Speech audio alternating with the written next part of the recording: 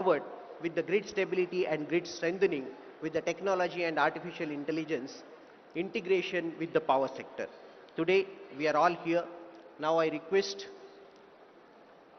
Hon'ble Deputy CM Batti Vikramarka Mallu Garu to please, sir, we request you to please guide the gathering and set the tone. Thank you, sir. Over to you.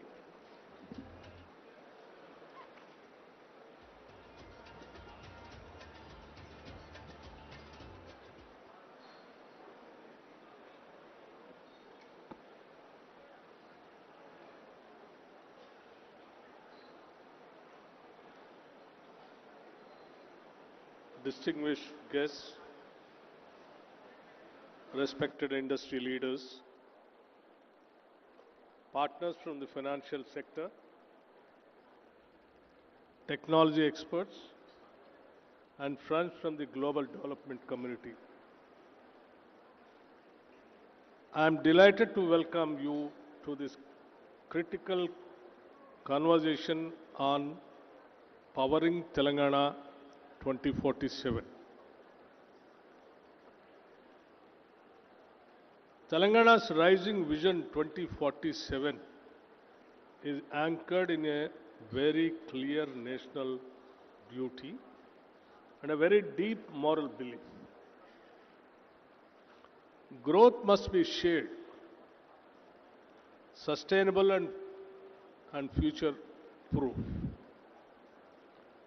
Our ambition is to become a $3 trillion economy, contributing nearly 10% of India's GDP by 2047.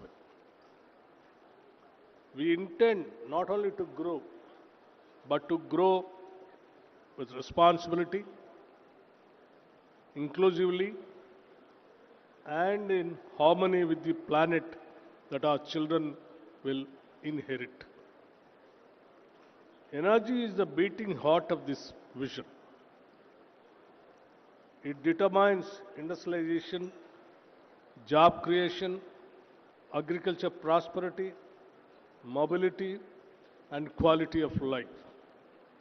That is why Telangana has placed energy transition and climate action at the very core of its development strategy. We have already taken bold steps toward a cleaner tomorrow, a decisive shift toward 100% clean mobility source. Hyderabad's ambition to host India's largest e-bus fleet by 2030 source, a roadmap to add around 20 gigawatts of renewable energy capacity on top of the existing nearly 11.4 gigawatts source. Friends, alongside this, urban greening, forest expansion, and low carbon industrial growth are no longer ideas. They are active work streams shaping Telangana's future. But let us be honest, our task is large. The power sector shows how much we have achieved and how much lies ahead. Telangana has today ensured round-the-clock supply, more than doubled contracted capacity, and emerged among the leading states in per capita power consumption.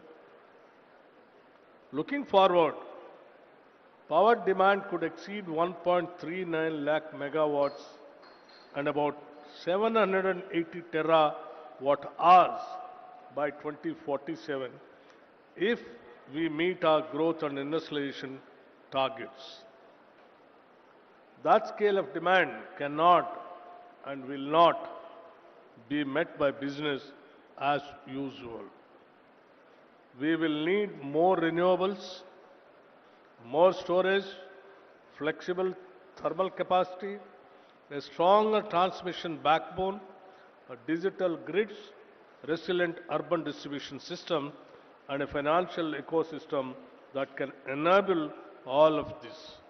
Traditional budgetary support alone cannot carry the ambition. Telangana will actively explore green and sustainability linked bonds, blended finance and multilateral and DFI backed facilities to complement public investment. However, this is a point of concern. A clean transition must also be just a transition. Telangana is a coal producing state, responsible for around 7% of India's coal output. Districts along the Godavari River sustain coal-based power plants, fly ash units, and coal-dependent MSMEs. For these reasons, the energy transition is not an academic idea. It is a lived reality. Therefore, our promise is simple. No worker, no family, and no district will be left behind. Recent district level studies highlight promising diversification pathways. Tourism and ecotourism, food processing and agro-based industries, textiles and solar manufacturing and assembly. These are not emergency substitutions. They are future-ready sectors aligned with local strengths. Our transition will protect livelihoods, build new skills, support MSMEs, and convert coal districts into thriving and resilient green economic hubs. That is the spirit in which today's session is conceived.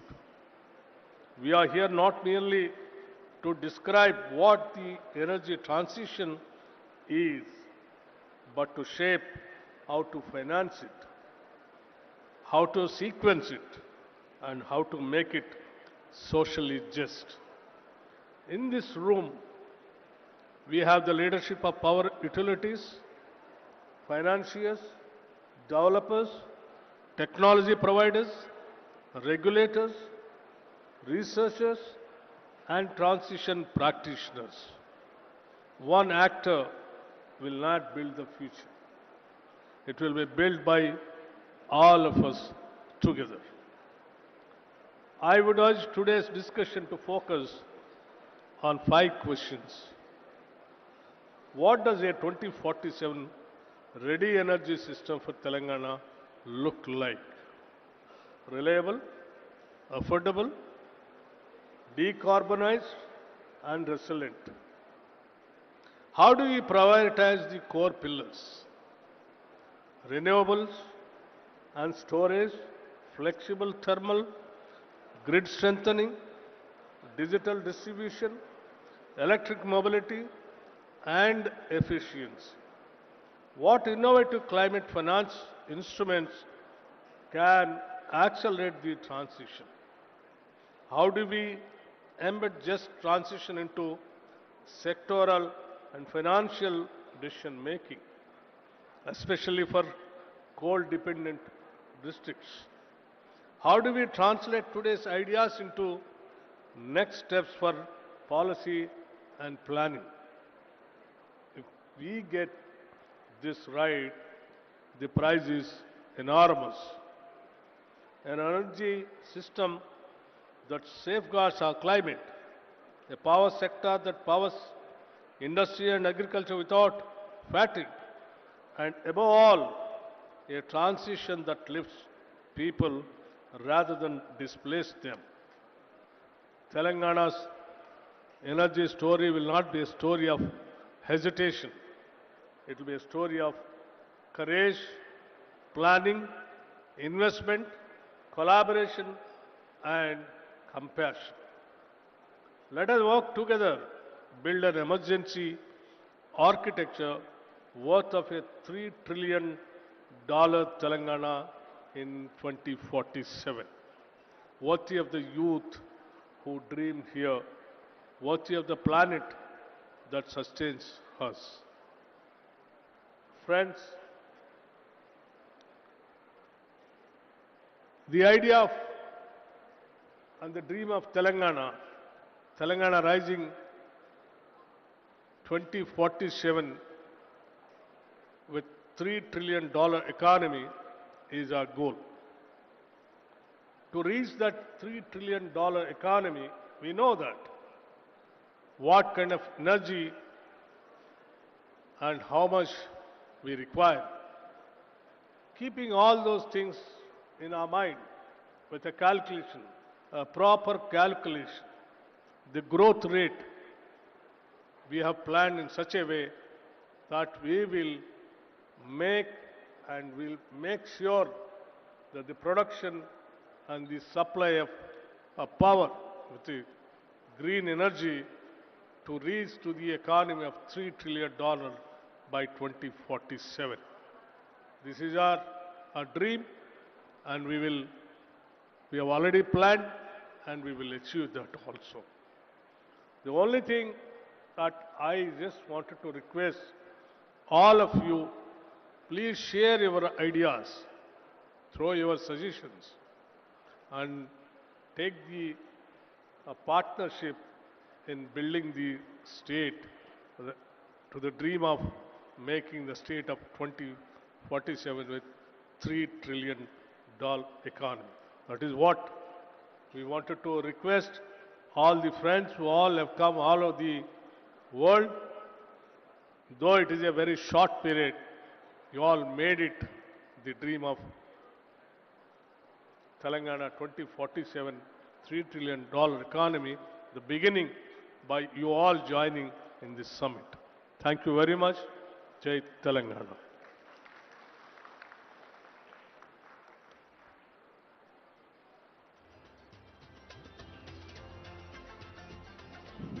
Thank you, sir. Thank you very much for setting the tone and giving the vision to all of us to work hard to strengthen the Telangana power sector. In fact, now to attract that much of investment, the power sector should be very strong, the base should be very strong with greening, with the new advanced technology adoption and with finances equally. Sir is having the energy and the finance, and I think under his leadership, Telangana is going to strengthen day by day. So thank you very much, sir. Now I request Naveen Mittal, sir, IAS, Principal Secretary, Energy Department, to moderate the session. Over to you, sir.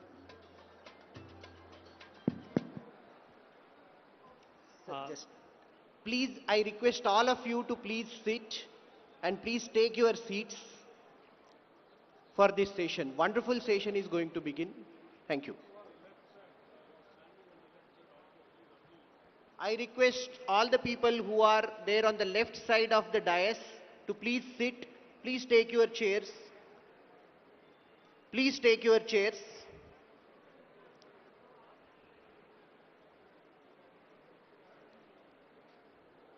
Back side of the hall, I request all of you to please take your chairs. Over to you, sir. Thank you, Rajkiran. Honorable Deputy CM, all the fellow panelists on the dais and all the distinguished participants who are present here. This is a very interesting session because we are not just talking about powering Telangana 2047 in line with the $3 trillion vision, but also to ensure that this transformation is sustainable and just.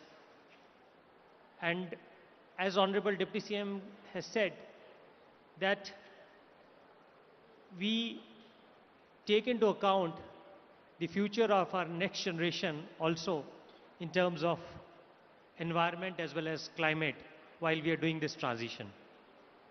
We have a very rich panel here in terms of experience as well as the kind of work which each one of them has done.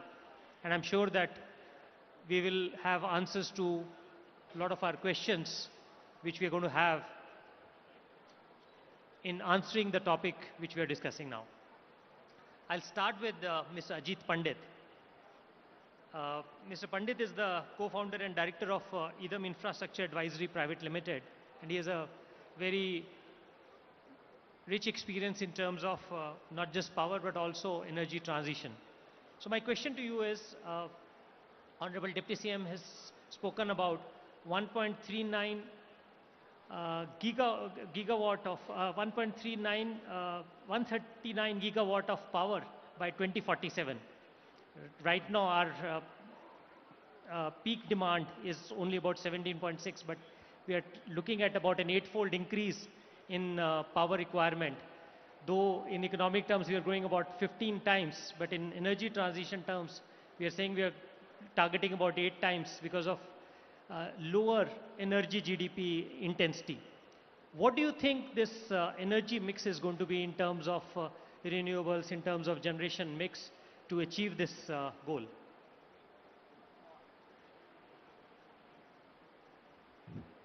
Am I audible? Yeah. First of all, sir, thank you for your question. And at the outset, let me thank Deputy CM Sir and Government of Telangana for giving me this opportunity for this interaction. To your question, sir, first and foremost, I think I had come across, I've been working in this space for more than close to 3 decades. We have been discussing out many studies of energy mix that will come about. But Telangana is the only state who is talking about 2047 at the state level, what would be the energy mix.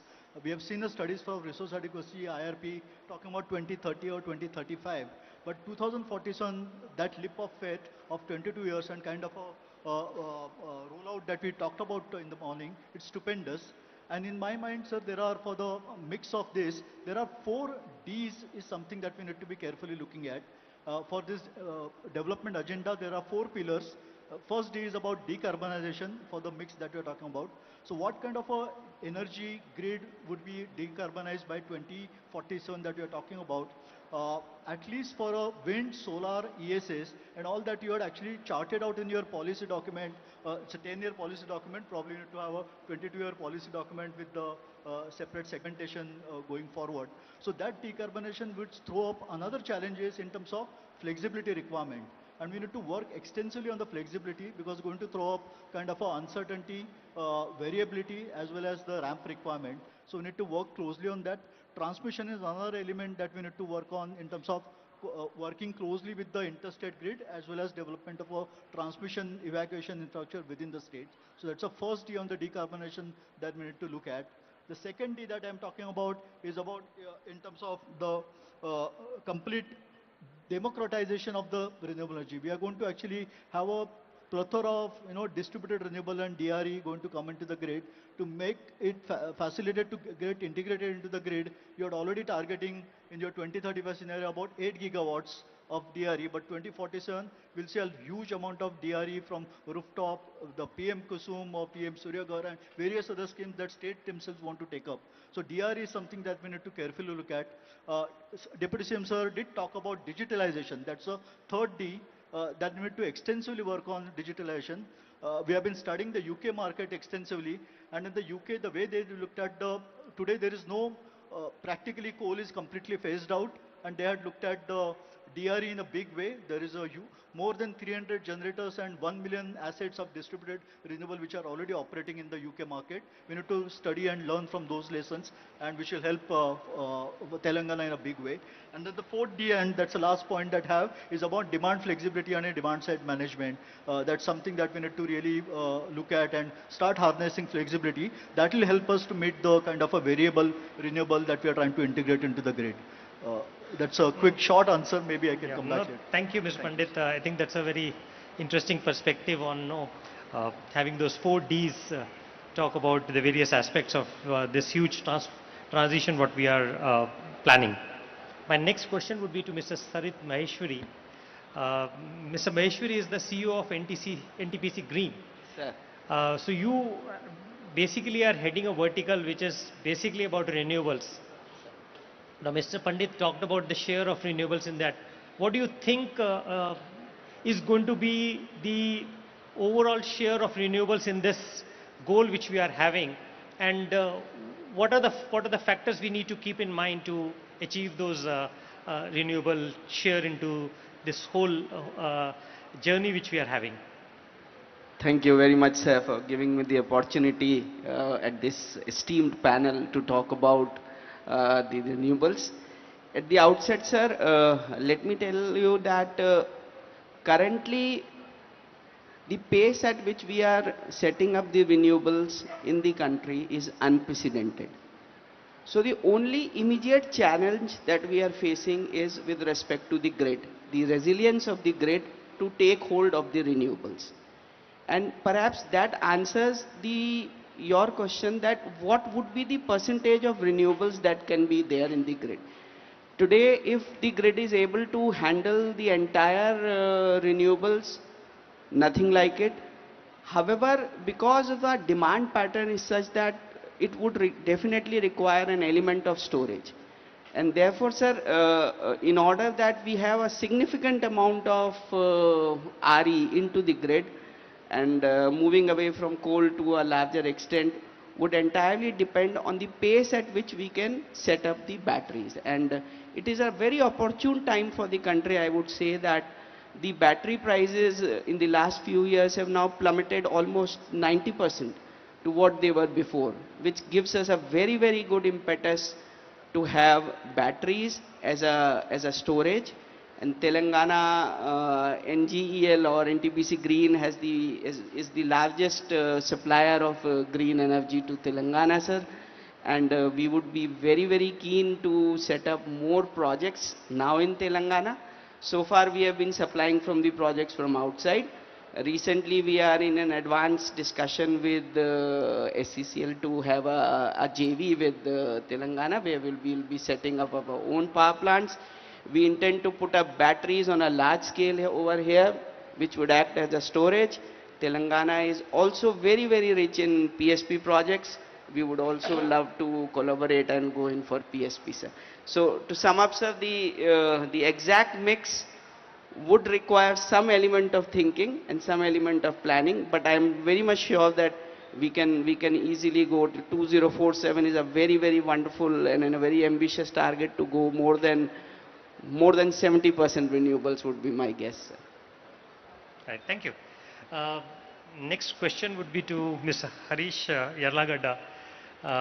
So Mrs. Yarlagadda is the founder and CEO of Mahalakshmi Group. In fact, he is also been the founder chairman of Greenco also. And Harishji, you talk about this energy trilemma. I've heard you speaking. So can you explain this whole concept of energy trilemma? Thank you very much, Naveen Mittal sir. My respects to our Deputy Chief Minister Batti Garu, and also our Honorable Ministers Uttam Kumar Reddy Garu and Vivek Garu, who are here attending this session. Thank you, sir, for asking me that question, because that is my favorite subject.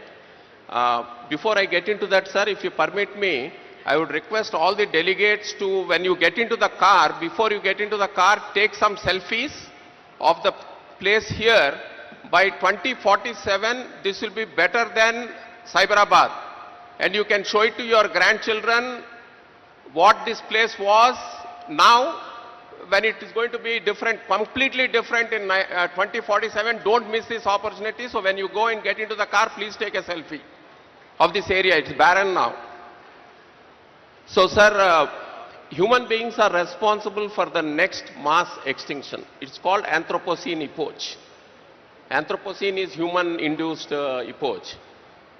So, till 1950, we were only considered about energy dilemma. So, we wanted to have cheap power and reliable power. But today, we have seen what is happening. We are nearly reaching about more than 420 ppm of carbon in the atmosphere, which is not good, and we are heading towards the mass extinction. So it has become energy trilemma.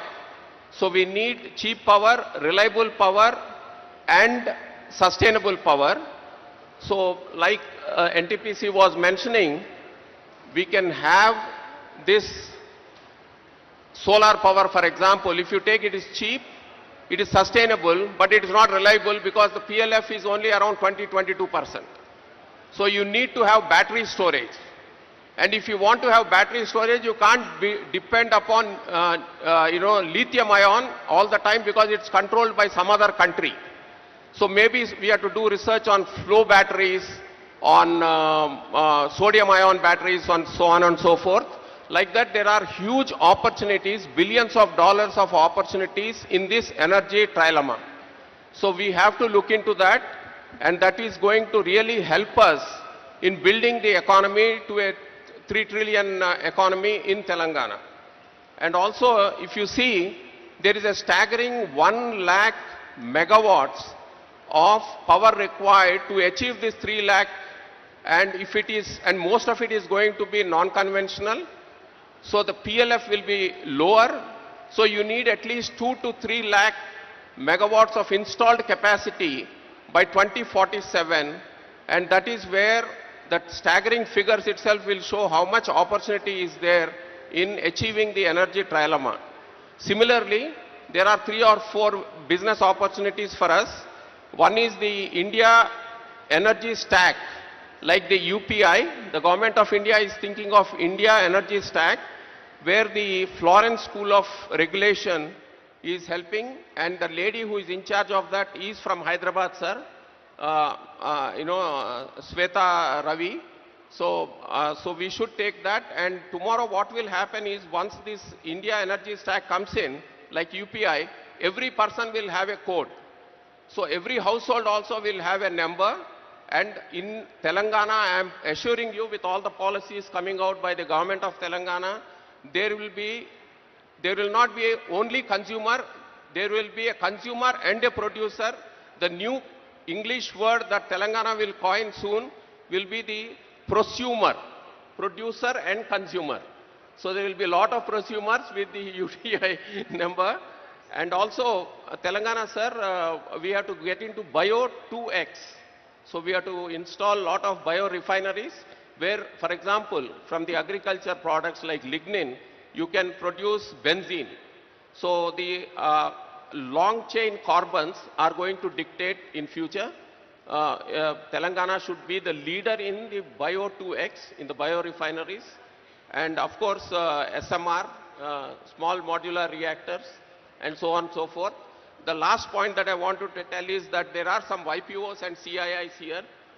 There is 30,000 crores of CSR money, and that should go for the just transition. Because there is a lot of just transition. We discussed this, sir, once before. 30,000 crores లో నుంచి మనం చూస్తే మన రాష్ట్రంలో దరిదాపు ఒక 5-6 వేల కోట్లు సంవత్సరానికి సిఎస్ఆర్ మనీ వెళ్తుంది.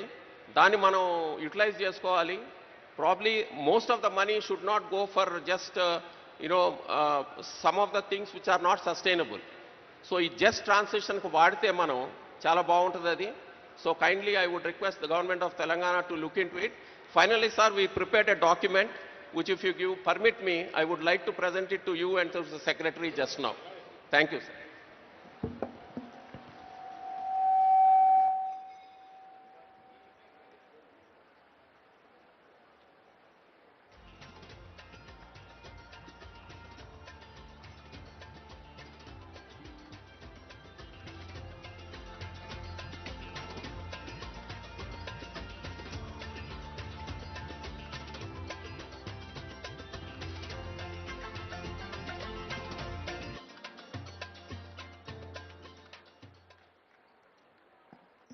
So that was a very interesting perspective. I think you coined 2 new words. One is the energy trilemma and the other is the prosumer. I now move on to Ms. Netra Wakwakekar, and she's the co-founder and vice president of Net Zero Energy Transition Association, which is Netra. So Ms. Netra, I think the organization is basically the acronym for your name. And you've done a lot of work in net zero transition. So Telangana has set up a very, very ambitious goal of being net zero by 2047.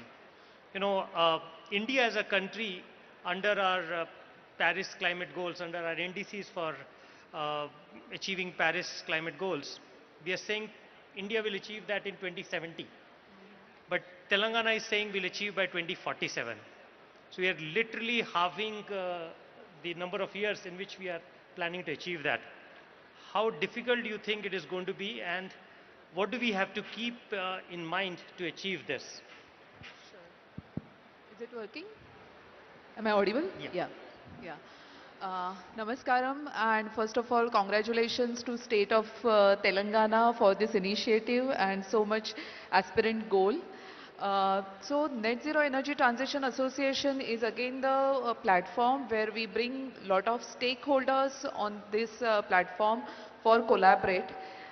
When we talk about Net Zero Energy Transition goal, so it is about a holistic approach that one should take as a state, as a nation. We talk about addition of solar, wind, and already earlier speakers have talked about the flexibility. So when we look at the entire picture, it has to be a system approach. In so far in India, so much solar and wind has already got added. Similarly, in state of Telangana, similar things will happen. But when you add more and more renewables, you have to be very careful about the grid's health and how exactly this grid is going to behave. So how the energy storage technologies, and we have to be a technology neutral again. So it is not like about just a lithium ion or sodium ion or pumped hydro. So we have to match the what kind of application is suitable for what kind of technology, and again the timeline, that what timeline the new technology is coming.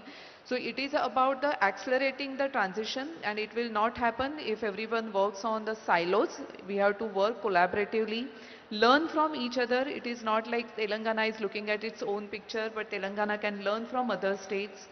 I'll also talk from the industry perspective.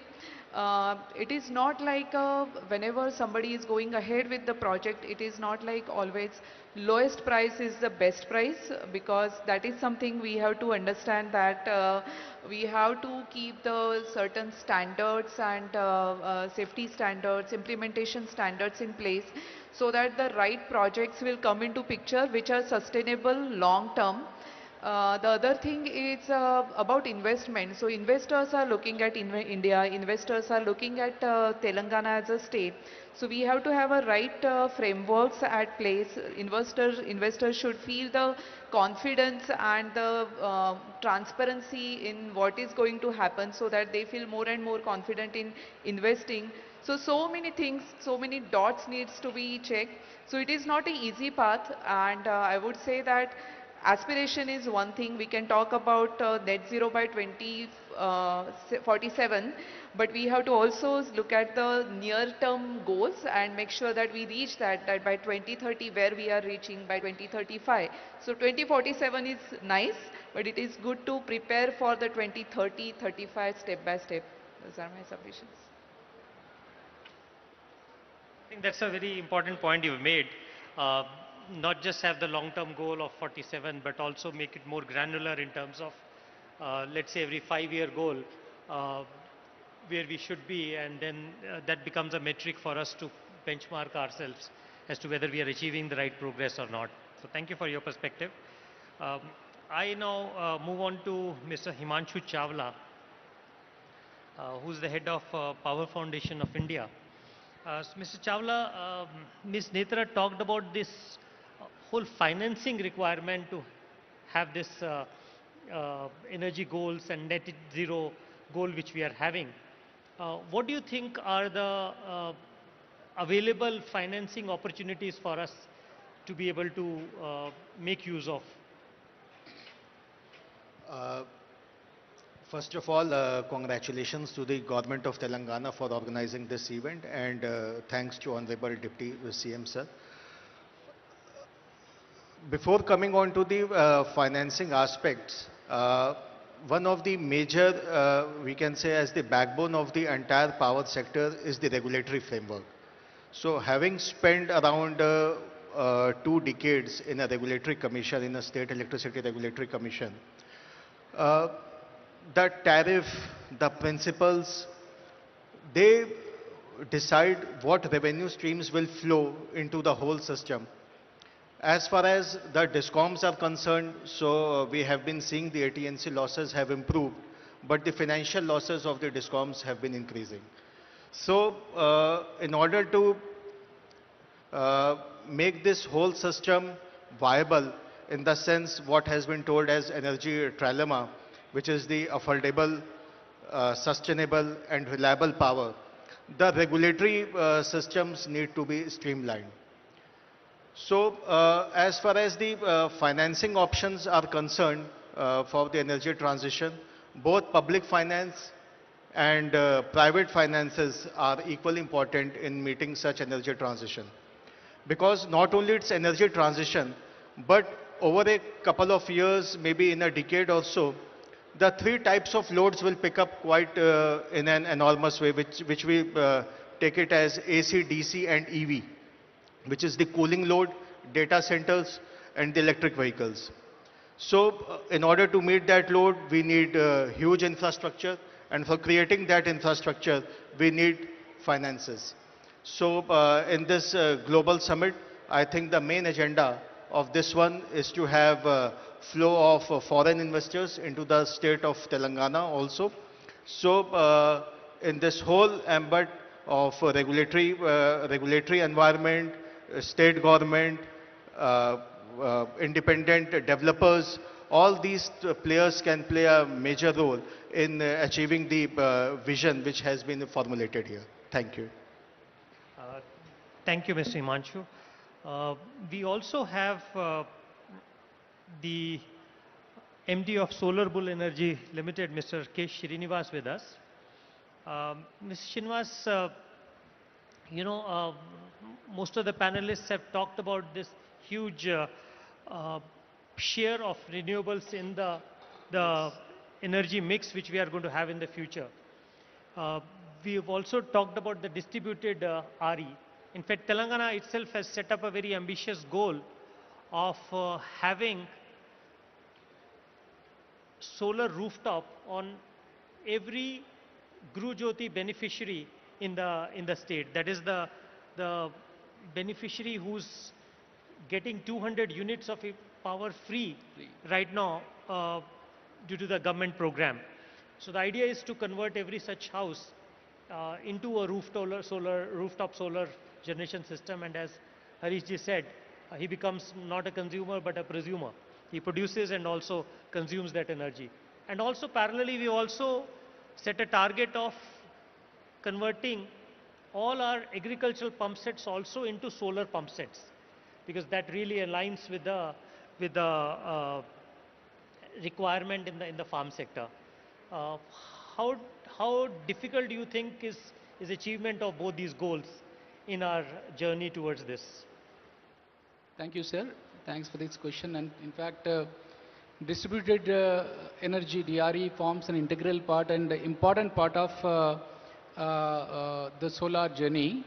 In fact, Telangana had been the forerunner in distributed energy, while the country had gone for solar parks expansion in a large scale, whereas Telangana had adopted a unique method of distributed energy. The 3,000 megawatt what we have today is distributed energy with little burden on the distribution network, which means lesser losses.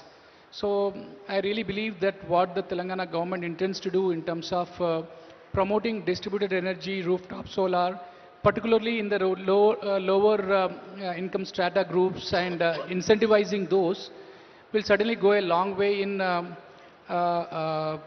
strengthening the grid infrastructure. In fact, that will reduce the burden on the storage, which is essential for grid stability.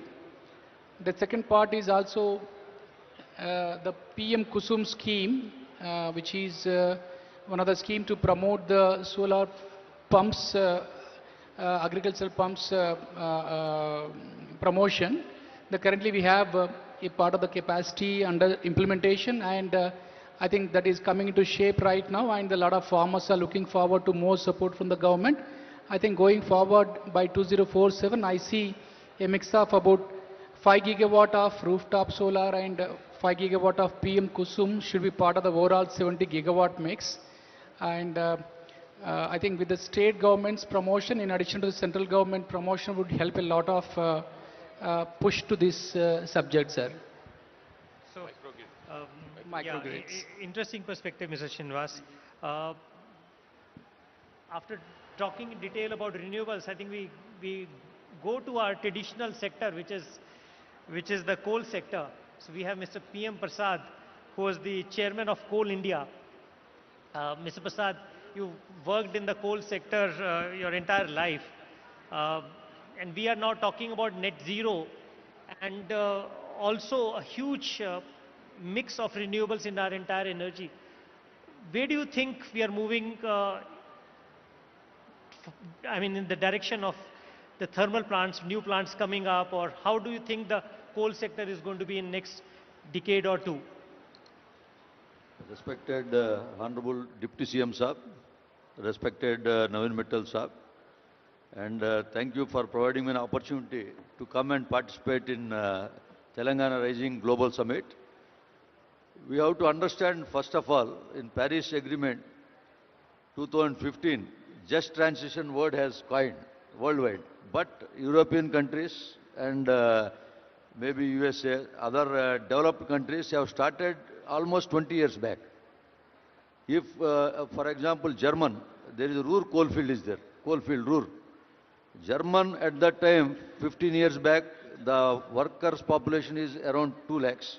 Now the workman population is 30,000. In 20 years, they could cut down. So this is a very tight target Telangana has taken, and a wonderful objective by 2047, phasing down.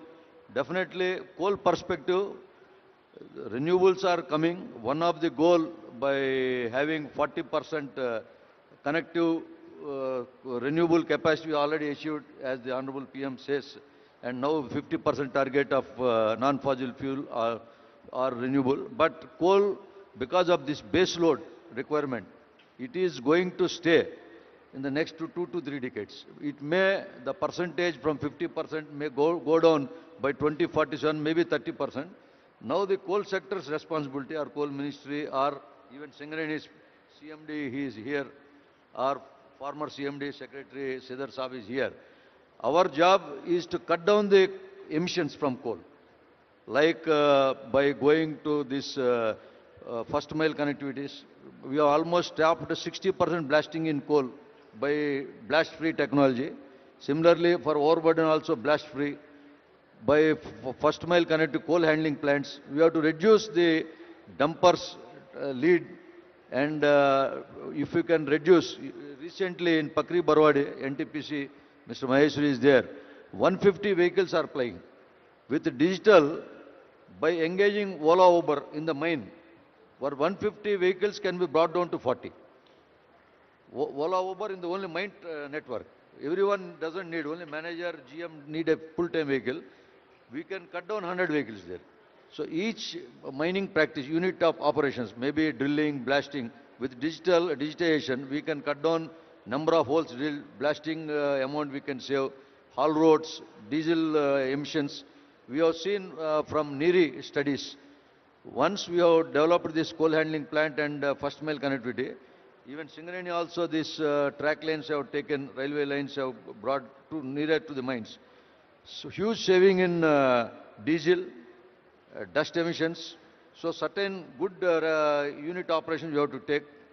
We have to become 10% GDP in the entire by 2047. So coal you cannot wish away.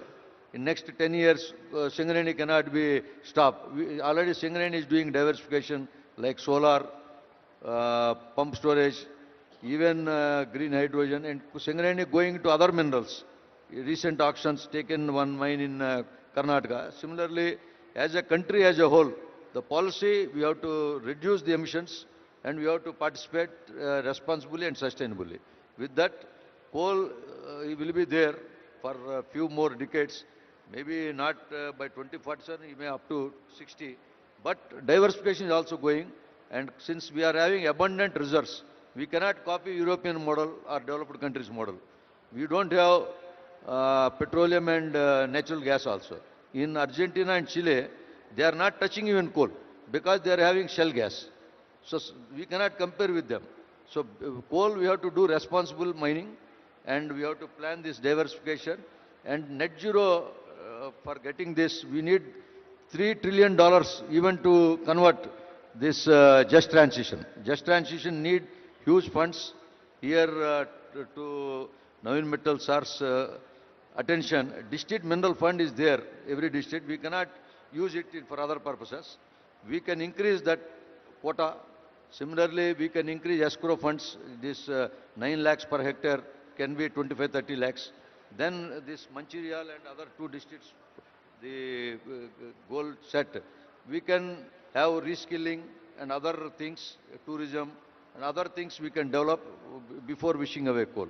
Thank you, sir. Yeah, so I think your message is coal plants will be there, but the share will come down, but there'll be a lot of efficiency required in managing the whole thermal and coal sector.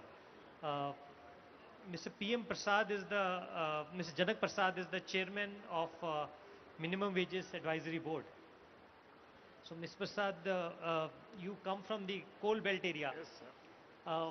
And you've done a lot of work for labor welfare. What labor and social welfare protection we need to have in the coal mining areas, basically to ensure that this transition is just?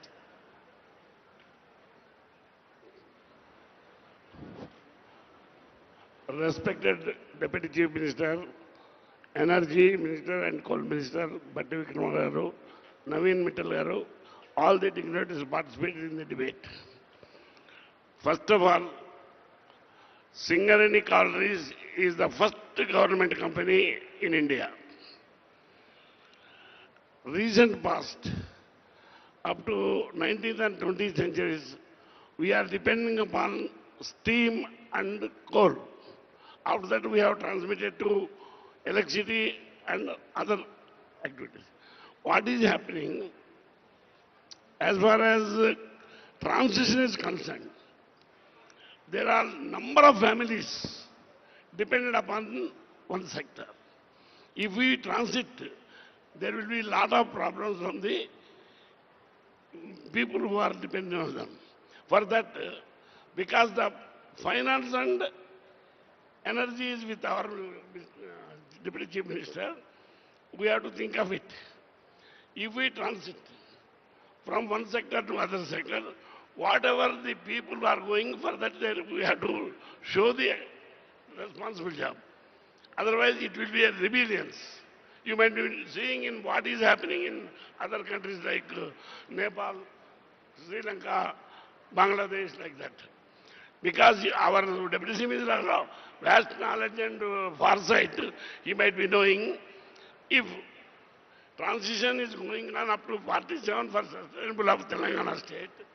Meantime, we have to give some training to the displaced people. We have to modernize them. Another thing, whatever they destroyed, the developed countries done, they have enough done. Now they are preaching lessons to the developing countries. Now they are there. Another thing, most of the coal is being produced and power is produced by government. Recently, when private players entered into power, one very important FGD is to be introduced in power plants. And it is a mandatory. But unfortunately, when they have entered, the clause was removed. So that what will be the ecological balance? What will the climate change? It will affect on the agriculture also. Indiscriminately, we are advancement is there. Industries are going. Day by day, agriculture is coming down. For that only, we have to, all the industrial development depends upon agriculture also. Sugar industry, jute industry, cotton industry. We have to depend upon agriculture. We have to simultaneously develop agriculture also. So many people will be employed. Another thing, as far as Singareni College is concerned, our Deputy CM has taken the charge of coal and energy. Lot of welfare measures are organized.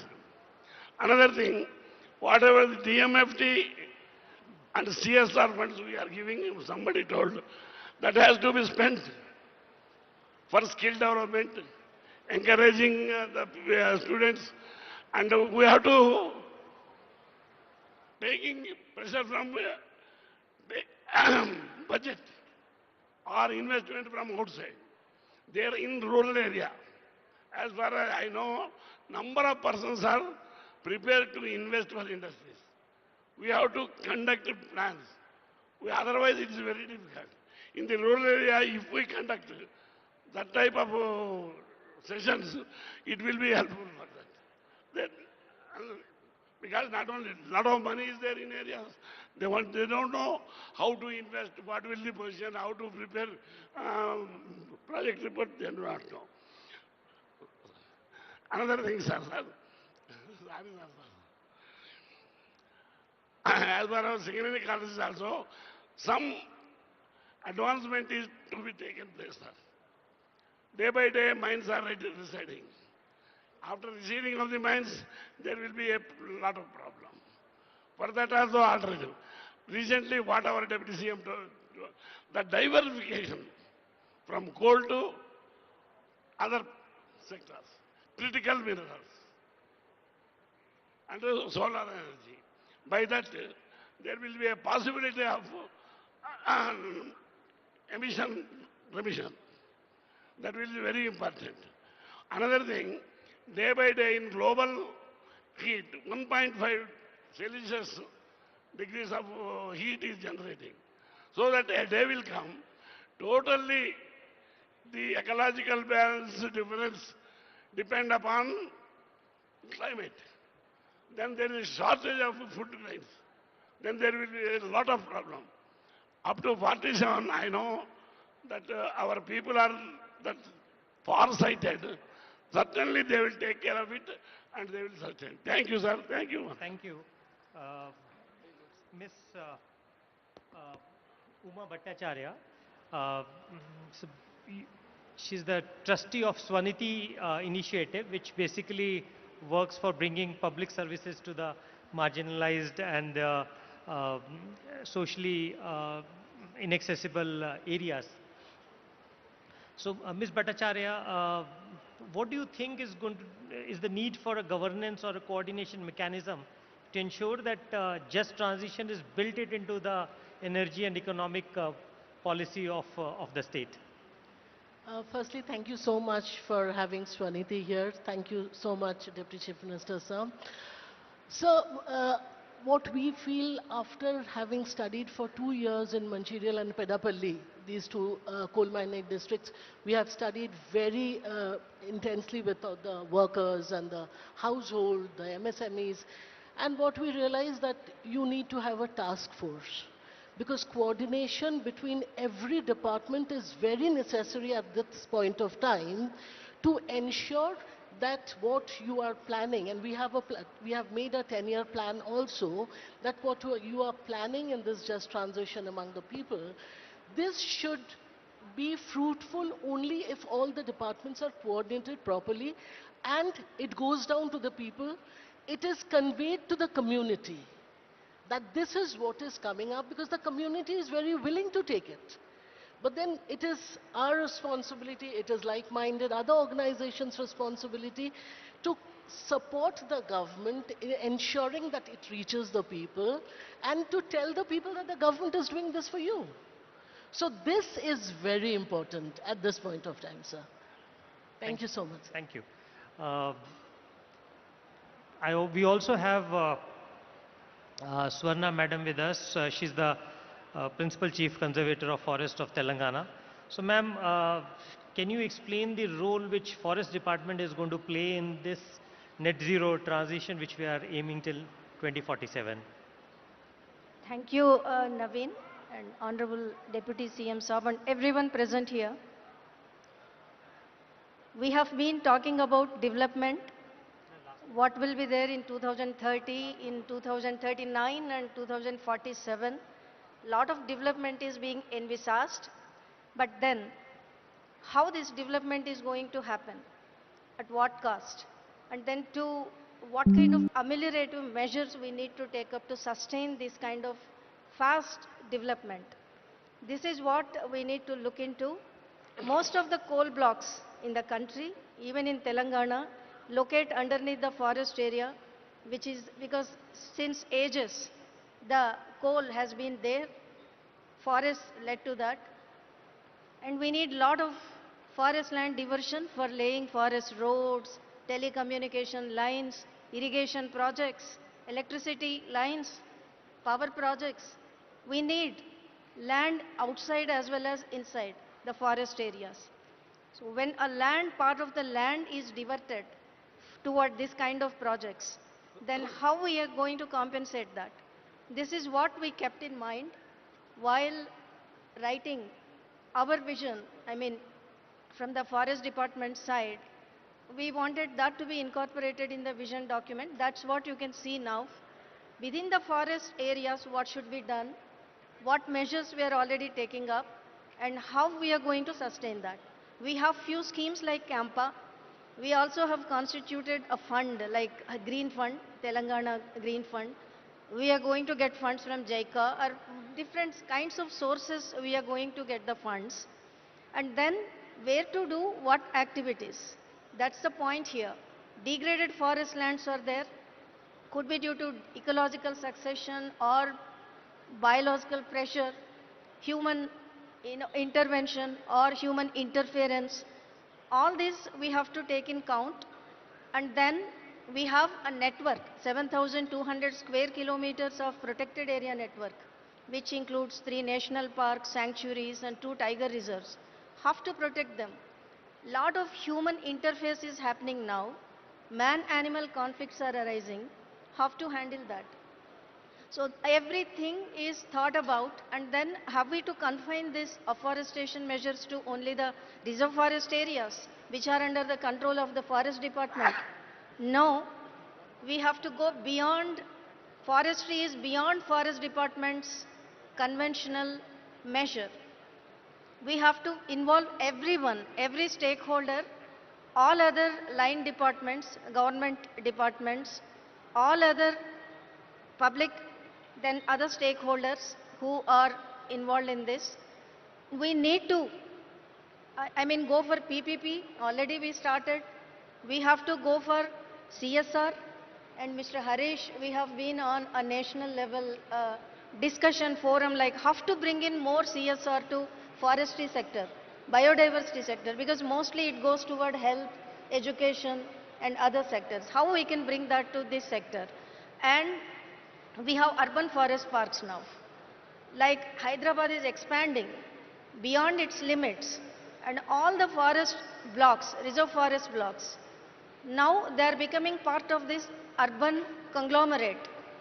And we need to protect them, we need to use them for various uses, and we also have to create green lung spaces for such expanding city, which is going to be #1 in the country, and maybe it is one of the top 10 mega cities across the globe. And then rural areas. Have we to confine to only this? Municipalities have to be engaged, GHMC, HMDA, but apart from this, what? Then we have to involve every citizen. If they fell trees, they have to compensate.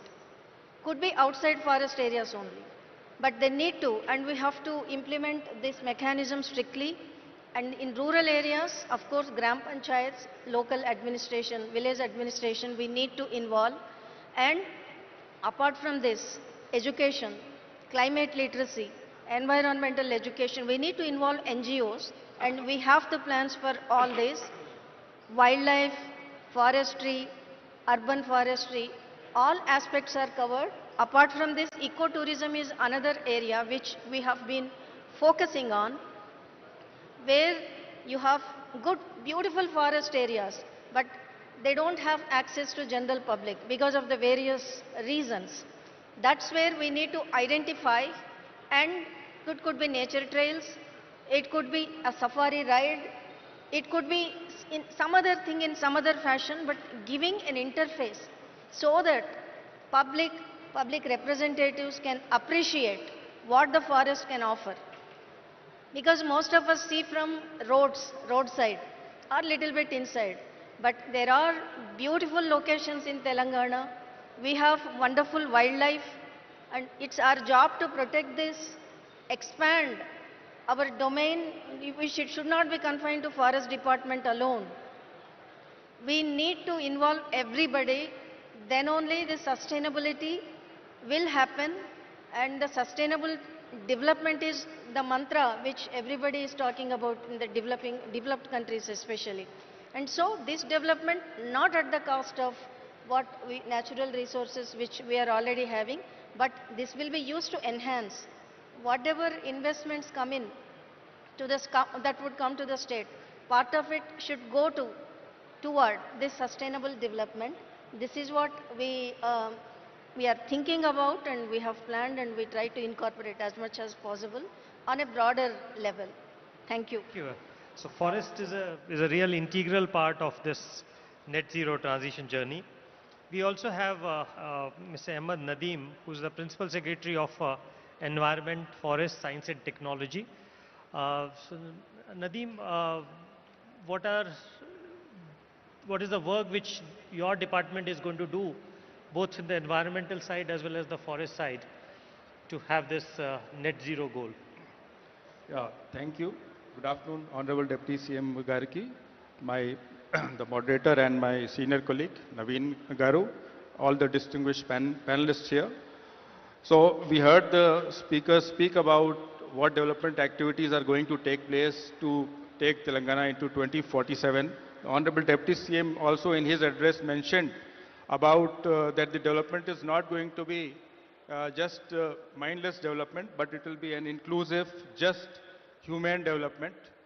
So we are very conscious of this effort, and we also know the role the forest plays as a natural carbon sink.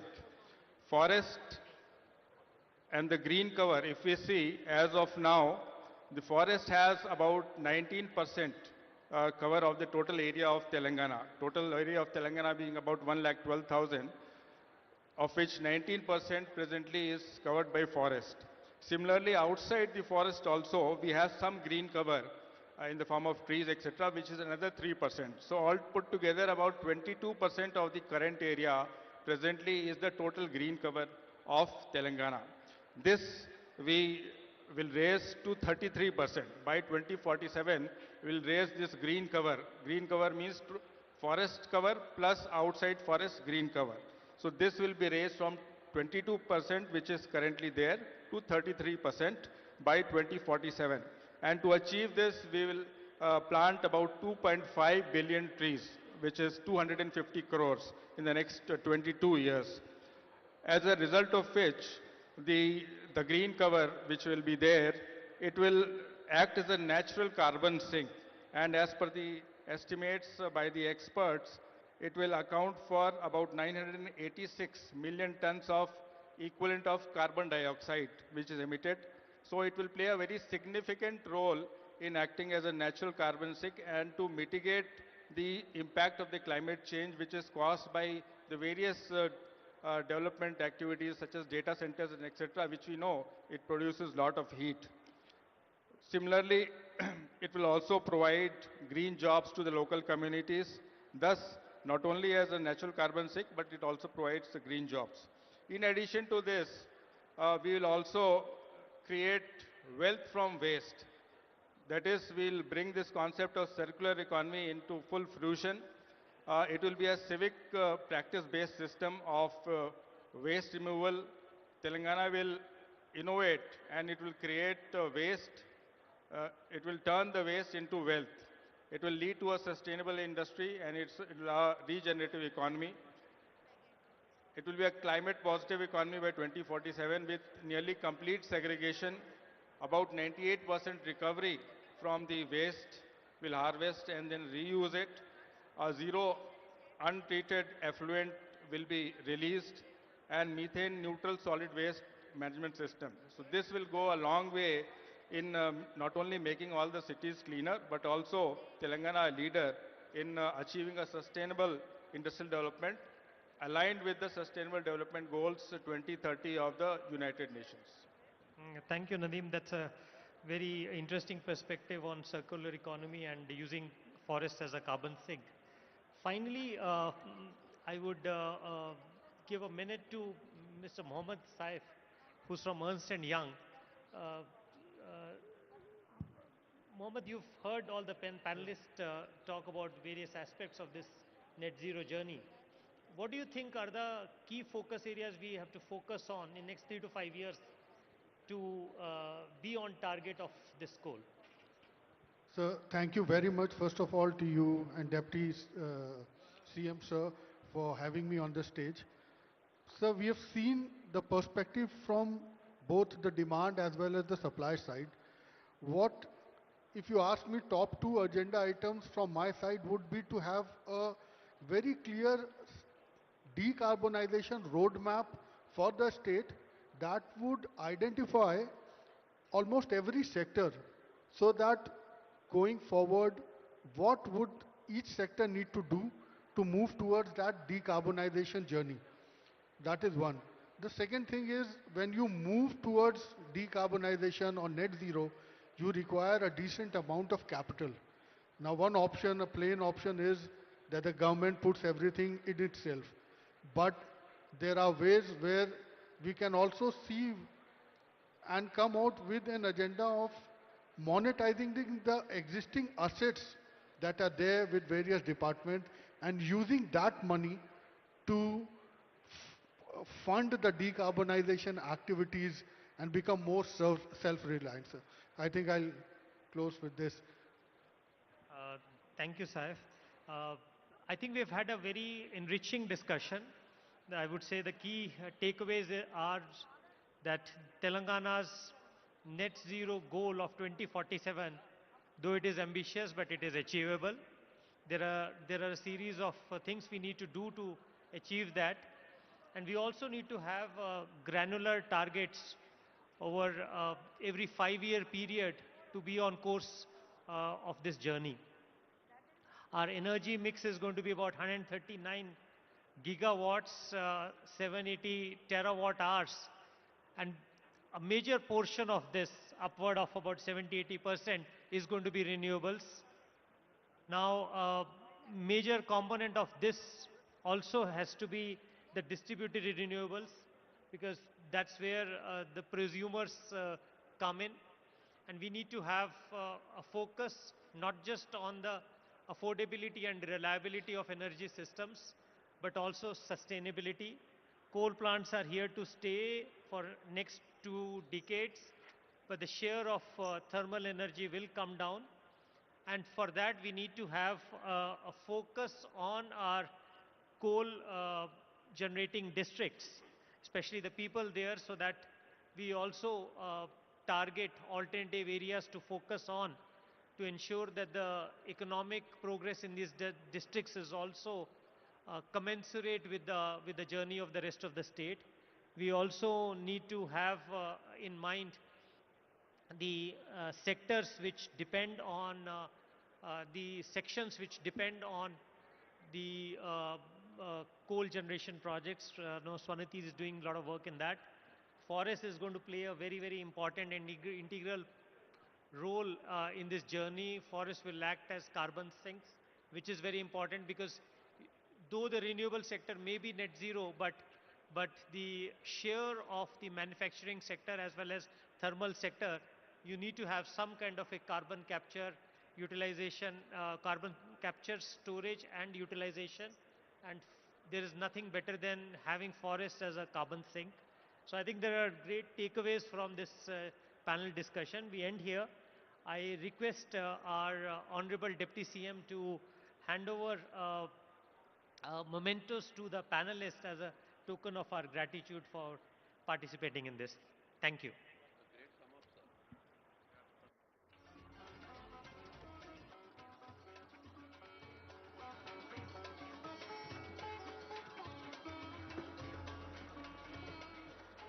Thank you, sir. And now I request our Deputy CM Batti Vikramarka, sir, to felicitate our panelists on stage. We'll start with Mr. Ajit Pandit Garu, co-founder director of JM Infrastructure. Mr. Ajit Pandit Garu. Sri Janak Prasad Garu, Chairman, Minimum Wages Advisor, Government of Telangana.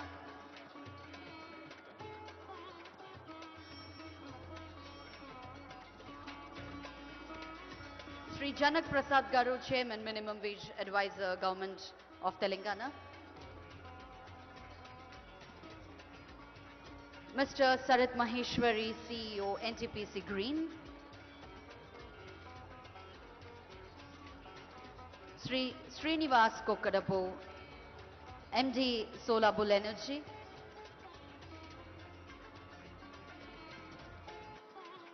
Sri Harish Yarlagada Garu, Founder, CEO, Mahalakshmi Group, former Founder, Chairman, Greenco.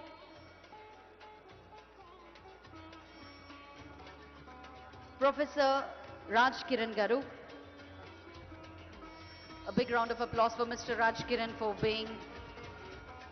hosting this beautiful panel discussion. Netra Walwalkarji, co-founder, VP Net Zero Energy.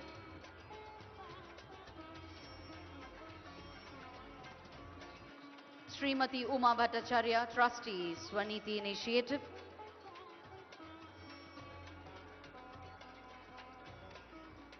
Shri P.M. Prasad Garu, ex-chairman, Coal International Limited.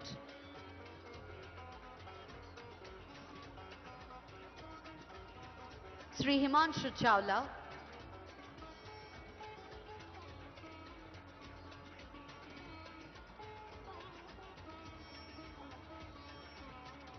Mr. Mohammad Saif.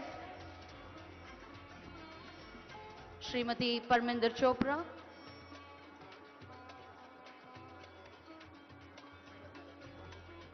Shri Naveen Mittalji.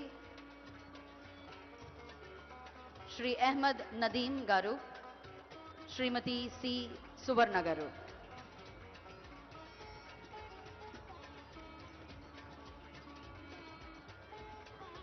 May I also request Hashki and Swaniti team to please step up, join us on stage for a group picture.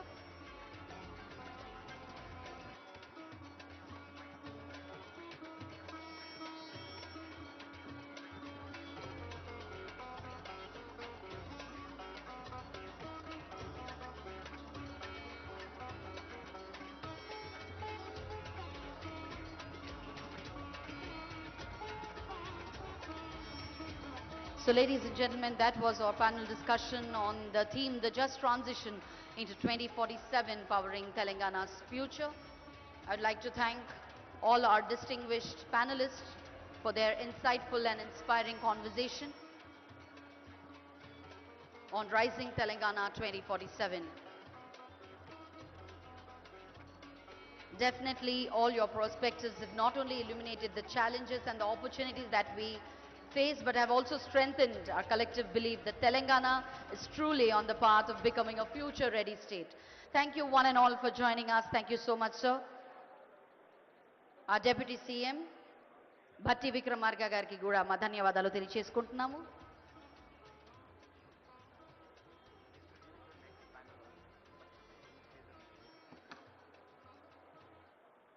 So ladies and gentlemen, we are up next to start our second session of our panel discussion. Initially there was a break of 15 minutes, but we are not taking a break as we move on to the next panel discussion.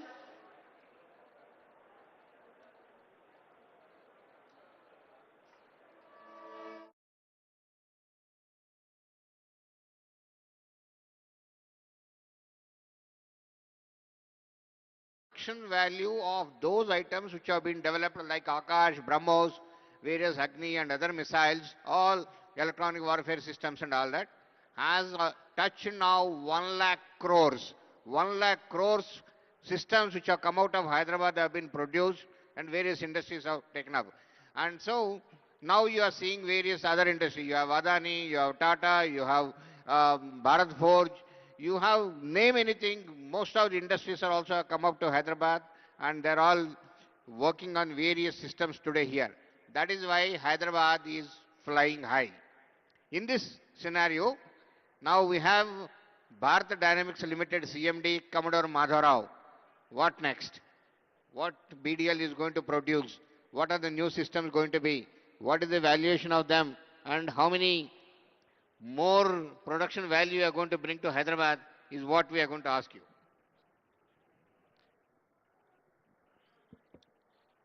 Good evening to everybody, and thank you once again, sir, for this excellent environment to talk about Telangana, Hyderabad and the role that BDL plays in this whole setup.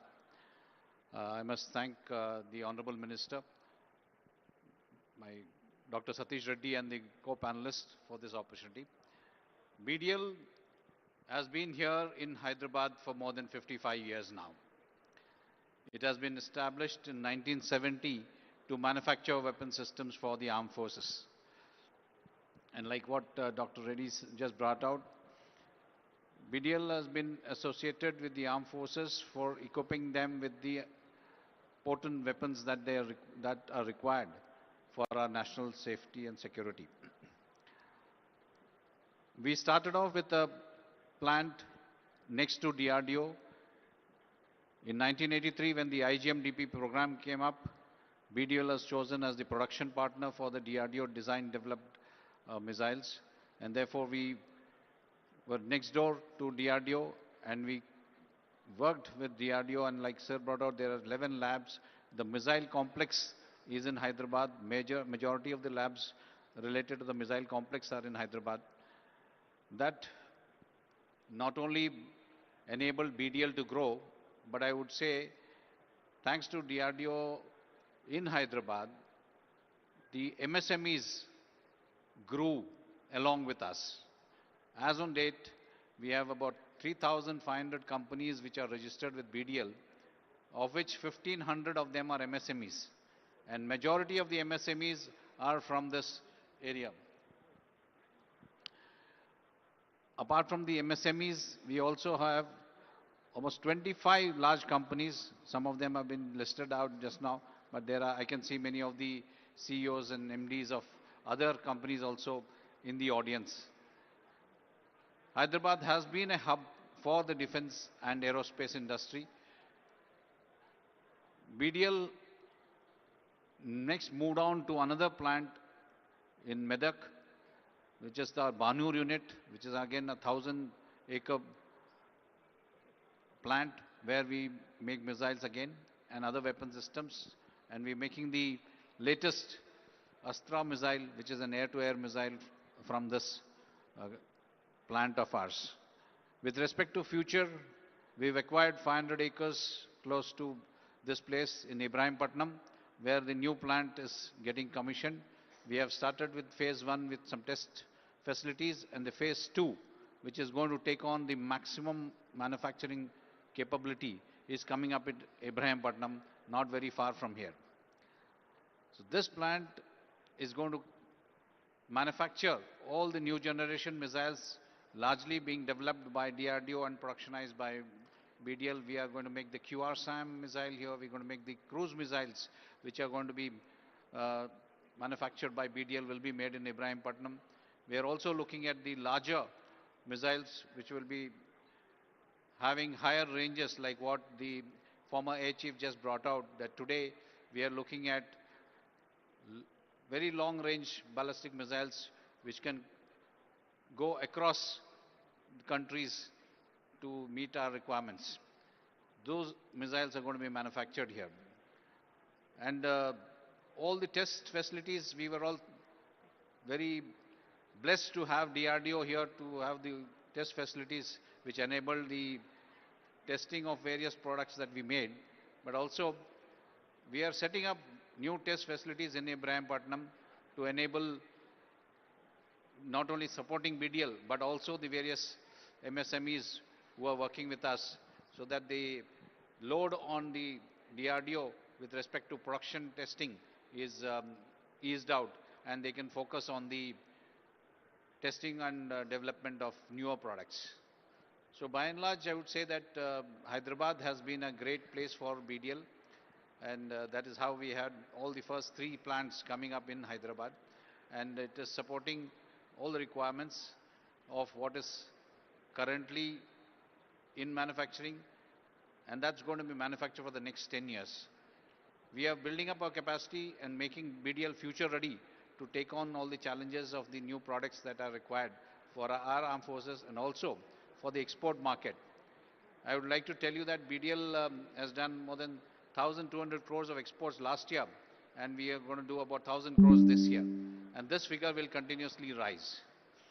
Therefore, Telangana and Hyderabad in particular has been a great support to BDL, and on the converse, BDL also contributes to this economy greatly. Thank you, sir. Thank you. In fact, BDL has produced so many Akash missiles, more than 20,000 crores worth of missiles. And in Akash missile, 85% of the parts come from private industries. BDL is a system integrator. So much is the contribution of the industries. And Akash is one missile which has again played a very important role in Operation Sindoor, protecting our country in a big way.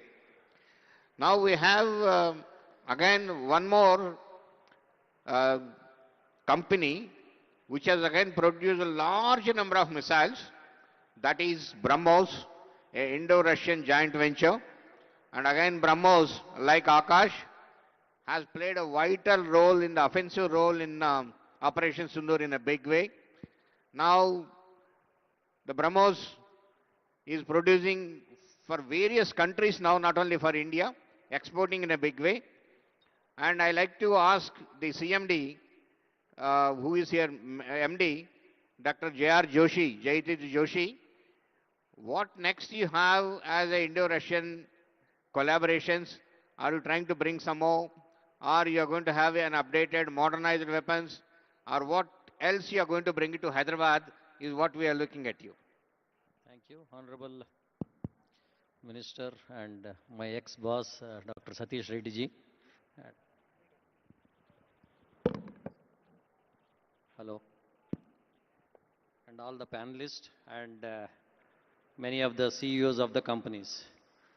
We are building the present version of the things from which we are firing from the land, ship and air version. And to accommodate the thing, we want to make it a new generation missile, which is a sleeker version to come on the LCA. That is a major thing we are doing it. The diameter we are reducing it so that we can fire it from the submarine. These are the new developments, and also hypersonic version we are working on it. One thing, Hyderabad, as everybody has told, it's a fantastic place. I always keep telling, from airport to any part of the city which is 70 kilometers or 80 kilometers flat, 1 hour 10 minutes we can reach. No other city has got this type of infrastructure. We have got various industries, last 50, 60 years industries have been built. That is whether it is DRDO, space and atomic energy. All the three strategic sectors and the defense PSUs are there. However, one thing which I see the lacking is the core engineering field is lacking. We are coming up with so many aerospace companies where we require hardcore mechanical, electronics and aerospace engineers, which definitely all the industry partners and including Masood, who is on the panel, and Commodore Madhav Rao ji, we don't get industry ready engineers. That is the very, very big worrisome factor for an industry. And we train them, and finally they leave it for a greener pasture in some other sector, maybe like banking or some other IT sector and all. The hardcore engineering thing is dying. I request Telangana government to put some efforts on that one. We have the quality consciousness also is very low. Day before yesterday, the conclusion, I was in a valedictory function of IIM, Indian Institute of Metals. 1700 scientists and academicians and industry partners from across the world participated in IIT. And we are doing one more event on the platform of ISNT. We are trying to bring it to Hyderabad and do it, for which I am the president also. We are doing training and certification, but the skill set of the people is very, very low. So skills university, any of state government has started. We should bring in all these societies and train and certify the people in a bigger way.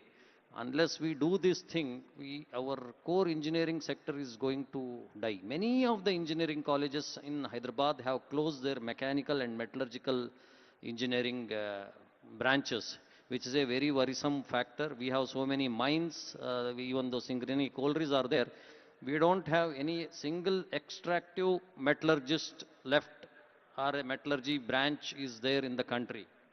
And same is the case with the mechanical engineering, and electronics also is going down. Everything is getting into AI, machine learning and all. Unless we have a hardcore engineering, we cannot do anything with the AI and machine learning. We should have a model wherein all these societies can help the state government to frame the curriculum. Recently, for diploma, they have come up for the curriculum framing for mechanical engineering graduates, which we have done it. So the many societies are there which are headed by the people in or around Hyderabad or from the Hyderabad. So we can be of some help so that aerospace industry can be built and Hyderabad can become a big aerospace industry. Earlier, few hours back, Deputy CM of Karnataka was also telling he will also partner with us, taking cue from them. Bangalore is doing a lot of things in the aerospace industry, as he was telling that his export is much more than the IT export. We also should aim for that one. And we, all the industries will be supporting the cause of the Telangana government in this venture. Thank you, J.R. Joshi. Now, I just move from defense to space. We have been talking about defense, but space also is doing extremely well. India has become one of the leaders in the world in the space-related activities. Government has come out with so many measures wherein private industry is participating in the defense activities in a big way. We have two people connected to the space here. One is Ananta Technologies, the MD, Mr. Subbarao is here. And also we have the startup, which I'll come to him, Nagabharat, a little later. So, Dr. Subbaraoji, looking at the space industry particularly, for Hyderabad, we have only one laboratory here, NRSC, but then a lot of space industries have come, a lot of startups have come. You yourself, you are doing extremely well, and you are heading the space organization in the industry side also. What do you think in the next few years, space industry movement wise, and what do you expect from the government of Telangana to do for it to flourish further, to fly into the space beyond geostationary? We are already flying high, so beyond that we need to fly. Thank you, sir. Honorable Minister Garu, Uttam Kumar Reddy Garu, Satish Reddy Garu, and distinguished panelists and distinguished participants here. See, the subject today we are discussing about is in the plan that rise of Telangana. In this, we are talking about 3 trillion economy that Telangana is going to achieve by 2047. In order to achieve the 2047 3 trillion economy, in the space can play major role. In fact, this is such a role that can play for acceleration growth of the entire Telangana. Perhaps we have to build what is known as the digital highways. That is a bandwidth distribution across the Telangana through which knowledge can be transferred, which means we are talking about education, medicine, a lot of other things also can be there. Entire knowledge can be transferred to the villages from here. See, that's where, even Abdul Kalam was talking about a Pura, that digital divide between the urban areas and the rural areas can be bridged using the satellite technology on that.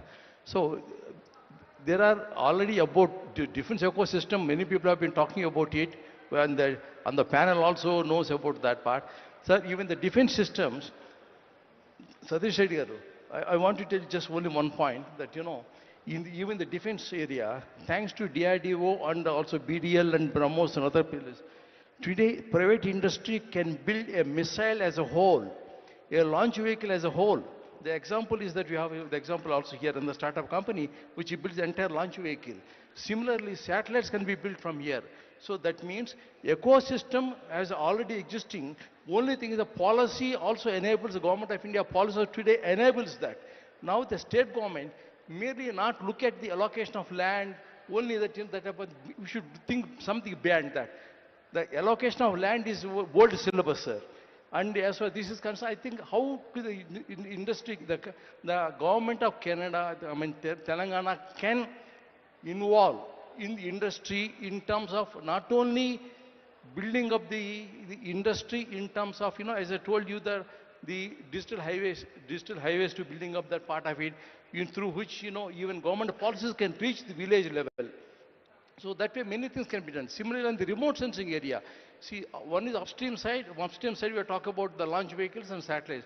Downstairs, applications of the satellite data to the various development initiatives. So that can become the part of that. See, in order to become the 3 trillion economy, space must be involved in a big way. That's all I can say. Thank you, sir. Thank you, Subaraji. 1 minute. Subara garu, thank you for your suggestion. You please be in touch with us, and Magivana, you can make a note for us how exactly you want the Telangana government to go forward with the space sector. Having entered into space, let me continue in the space, bring the startup forward. We have Skyroot, and Skyroot is the first company to test a launch vehicle. And just very recently, just about 1 week back or 10 days back, Honorable Prime Minister has inaugurated a big unit of Skyroot in Hyderabad, very nearby from here on the Srisalem road itself. So the founder of it, Nagbharat, is here. What are the Skyroot plans and what are the various startups which are coming up, and how the startup ecosystem is going to come up in Hyderabad in the space sector is what I wanted to know from you. Thank you so much, Satish Reddy garu, and thank you, the Telangana Rising Global Summit team, for giving me the opportunity to be part of this esteemed panel to share my thoughts on this very important topic. So we are Skyroot. We are a launch company based in Hyderabad, and in 2022 we became the first private company, not only in India but also in South Asia, to launch a rocket to space. And we are getting ready for our first orbital launch of our Vikram 1 rocket, which we hope to do in the early to 2026. And the reason we started in Hyderabad also, like as any startup ecosystem, when most startups start in cities majorly because of the ability to hire good talent. And the reason why there are multiple cities to choose from, the reason why we started from Hyderabad is precisely because of the reason, as Satish Reddy garu mentioned, the excellent manufacturing ecosystem that has been built and nurtured over the decades by the huge number of DRDO labs and the BDL, BrahMos kind of organizations. So that we can, like our first rocket, most of it was not just designed in-house, but also manufactured in Hyderabad. The ability to get things done in close proximity was the key reason why we started out in Hyderabad. And when it comes to the contribution of private space startups and private space tech to the economy, just to give you a glimpse, the space economy currently is around $400 billion, and it's set to transition to a $1 trillion by 2030. And India, being one of the top 5 nations in the world who can rub shoulders with the top 5 nations in the world in terms of space technology, by the technological capability our government space program has, but still we hold less than 2% of this global space economy. And the space reforms that have been introduced in the 2020 and subsequently has this single point agenda of making India's share in the global space economy to a double-digit percentage, a 10% share, and even beyond. And that transition can only happen not just by a governmental space effort. It is the private industry participating in building things. The capability of building doing system engineering has to come to private industry, not just manufacturing capability. We have very good aerospace grade manufacturing capability that has been privatized since decades. And what is happening over the last decade and accelerated post the space reforms is this ability and the drive, both by the established corporates, but also by the new age startups, to be able to build and design and develop end-to-end systems from scratch. And that is the transition that we're going to see. And like well before 2047, the world is going to transition from a purely earth-based economy to a very space-integrated economy. And it's not just going to be earth observation, communications and defense, like even the climate awareness, even the data infrastructure is going to be space-based. And this is the transition that India cannot miss. And we should take a lead in architecting this transition and this transformation to a space integrated economy. And and as a country, this is a crucial decade where we are going to transform from a net importer of advanced deep tech solutions in aerospace and defense to an exporter of these deep technology solutions in aerospace and defense. And Telangana has all the ingredients to be the epicenter of this transformation because it has great infrastructure and right governance with the right ambition. And if we do things, there are a few things that needs to be done rightly. As Sir pointed out, establishing a specialized industry-ready talent pipeline is very much important, especially in the core engineering fields. Because having people in core engineering, strong fundamentals in core engineering field, who can leverage the AI tools and AI capabilities to actually accelerate the work. What takes 1 month can be done in days, but can only be done by people who have core fundamentals in the core fundamental sciences and core engineering fields. So that is establishing specialized talent pipelines is one thing that government should focus on. So for industry to be able to take leverage of this democratic dividend and accelerate forward. And also enable policies that attract a long-term investment, high gestation period in investment. So I'm sure like most of the policies might not be a state subject, some will be in the central government domain, but like incentivizing, enabling like long-term investment for the investment ecosystem so that they can invest in long gestation period, deep tech development ventures, so that all the deep tech ventures can attract the right amount of seed capital and growth capital to be able to become the OEMs of the world from India is in the future. Thank you. Thank you. I like to mention one thing for industry-ready workforce now. The government has taken a decision where a minor degree in BTech in defense technologies is being introduced now. It's part of the 4 years curriculum, but there are specializations where he studies so that he is industry-ready workforce. 18 credits are allocated for this, and I was the chairman of the syllabus drafting committee, and then the AICT has accepted and promulgated now. Next year onwards, these courses will start. So that should fill in some gaps. But what Joshi said is, everybody is going to computer science, IT, data sciences, AI, ML. You should also be having people studying the core subjects. This is industry-ready workforce, it will be taken care. Now we have Mr. Jitender Gavankar. He is the CEO of Safran. Safran is one, again, who has done great things, particularly to Hyderabad. Now, Safran has established the largest ever MRO in Hyderabad for the civil engines, civil aircraft engines. Just very recently, Honorable Prime Minister 10 days back has inaugurated it in the Aero City of GMR 10 days back. Similarly, for the military aircraft, M88 engine, again outside the France, this is the only MRO which is established in Hyderabad. They also have cable harness and related plant which is done.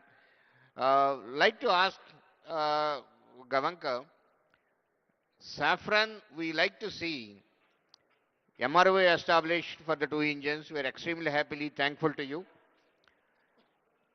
Will it bring manufacturing also many units here and then manufacture from this country and export to the world is what we are looking at. See, the country started exporting. Last year, the country has exported 23,666 crores of equipment from here. Now, we need to see more. So, will you be coming like these 2 units you brought to Hyderabad, in manufacturing unit also, will you be bringing here?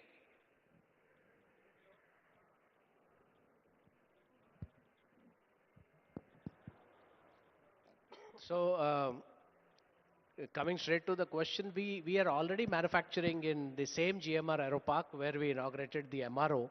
In fact, the manufacturing was set up before MRO. In 2020, we had laid that foundation. In 22, I said that. I said about it, but that is cable harness and No, related that and is some other small units. cable. But big manufacturing units, So like we- engine you manufacture here. The complete engine is some time away. I would say. But right now on the LEAP engine, about 13 part references we manufacture out of Hyderabad. We manufacture cable harnesses for LEAP engines here. We manufacture Rafale cable harnesses here. Falcon aircraft harnesses are manufactured here. So those manufacturing activities happen out of Hyderabad. There are some other manufacturing plants of us, but they are in other city like Bangalore.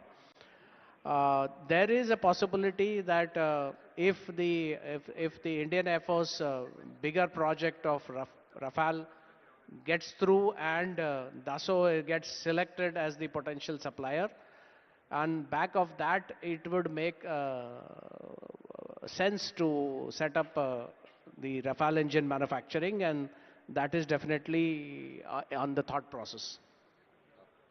Thank you. We like to hear some more good news from you in the coming future. I'm sure TR-40 and other engines which are being imported here, and then those units are supposed to be manufactured here. I am sure you will be able to manufacture them here. Now, when I say the manufacturing sector in the country today in defense, last year, out of the 1.75 lakh crores of the capital budget, 1.5 lakh crores worth of equipment has been manufactured indigenously in the country. And now immediately target kept for 25-26 is 1.75 lakh crores worth of equipment to be manufactured here in the country. Now for the year 28-29, the target given by Honorable Raksha Mantri is 3 lakh crores worth of equipment to be manufactured here. That means it is double of what it is in the next about 3 to 4 years. So the manufacturing is going to take place in a big way in the country.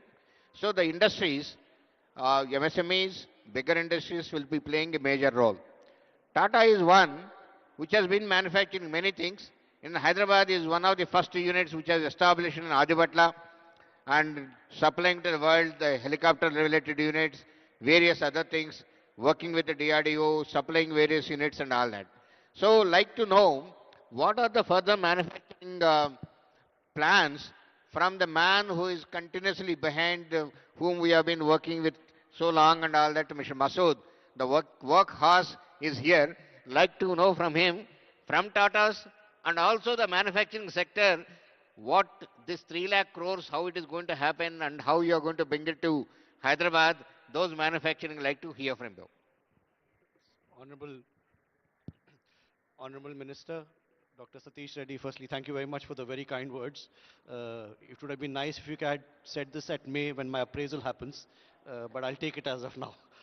Also to the other esteemed panelists who are with me, Dr. Joshi in particular, who we worked with a long time back. I think the nation is immensely proud of what BrahMos has done. Desh ki izzat rakh liya aapne, so thank you very much. Air Chief Marshal Chaudhary, thank you so much. Again, the air warriors are what has kept the nation and the way we live safe, so thank you for that. So I grew up in India in the 1980s, and growing up, at least the view was that India could not manufacture quality products. And if at that point in time I had come to you and said that some of the best equipment in the world, including the American presidential helicopter, will be manufactured in India, you would have taken me to Agra, got 200 rupees and a blanket, and admitted me into the mental asylum there. Those were some of the misconceptions that we had, or the doubts that we had when we started our journey in Hyderabad in 2008. Today I am pleased to say that every aircraft that you travel in the world has significant parts made from Hyderabad, and that includes the American presidential helicopter. Today,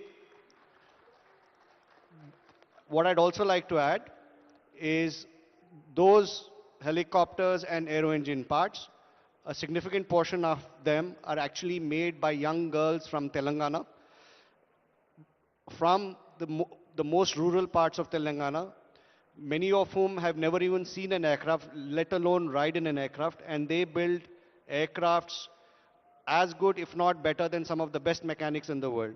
So that itself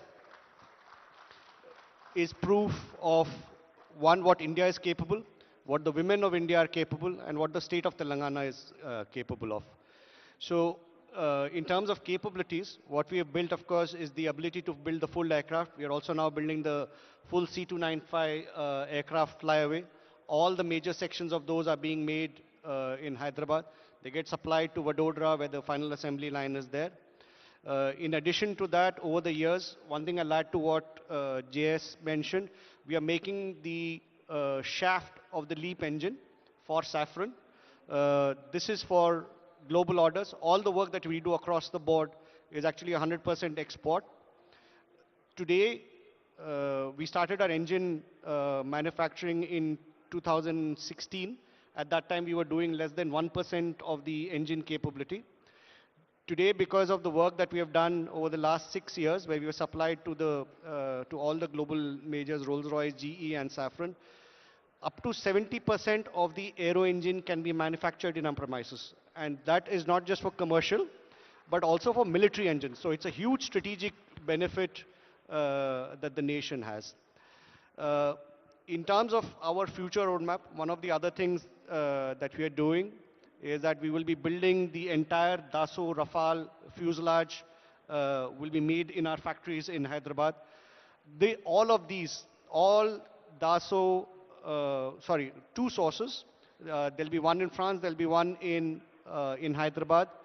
So 50% of Rafale fighters sold worldwide will have their fuselages made in Hyderabad.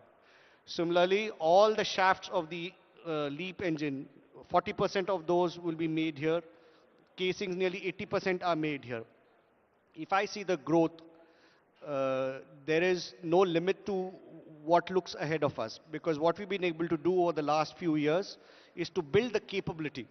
I think we've set up the capability, the infrastructure, and also prove to the world that we can not only meet but exceed global standards of quality, on-time delivery, and cost competitiveness.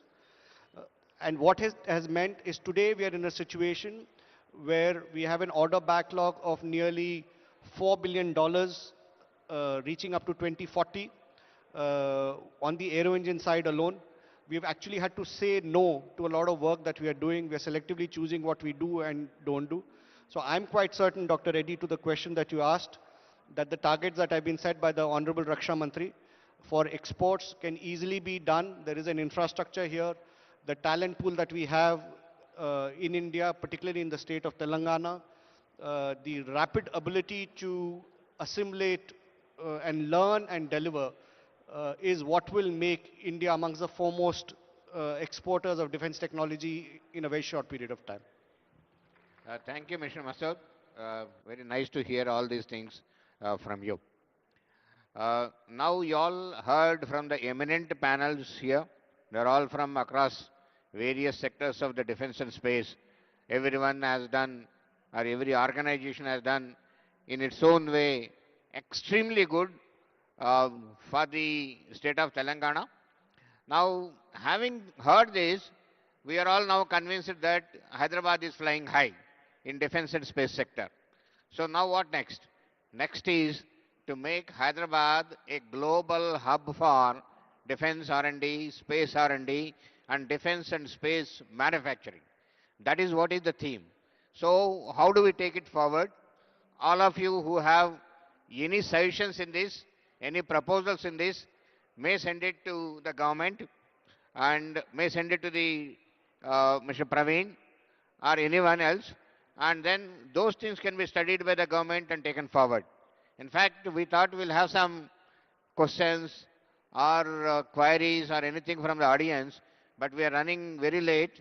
The next panel is also almost ready and they have to start here.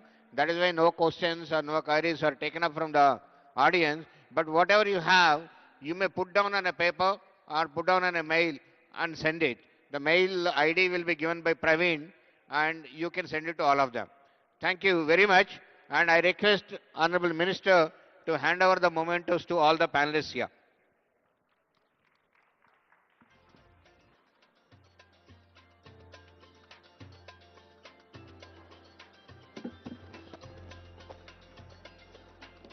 Thank you so much, sir. Thank you, one and all. And now I request Uttam Reddy Garu to felicitate our panelists.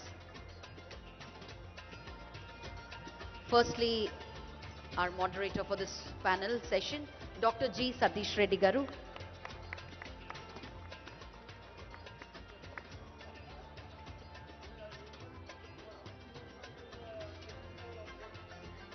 Air Chief Marshal Shri Vivek Garu.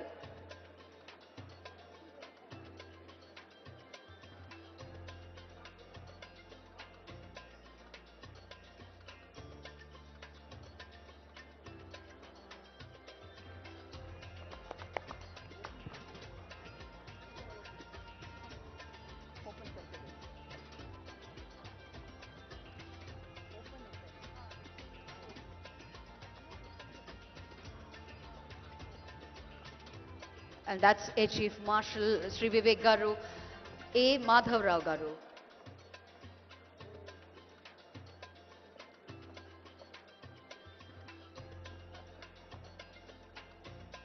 Dr. Jayatirth Joshi ji.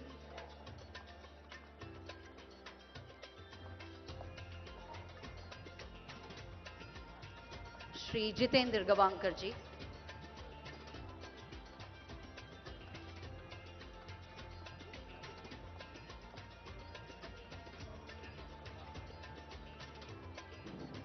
Dr. Subbarao Pauluri.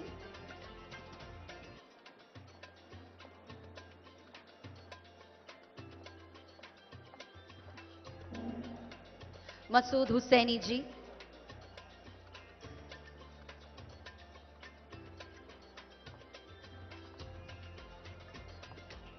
And Shri Naga Bharat Dhaka Garu.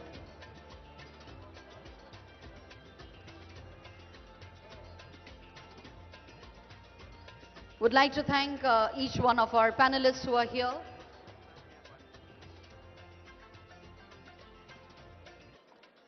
Shri Naga Bharat Dhaka Garu.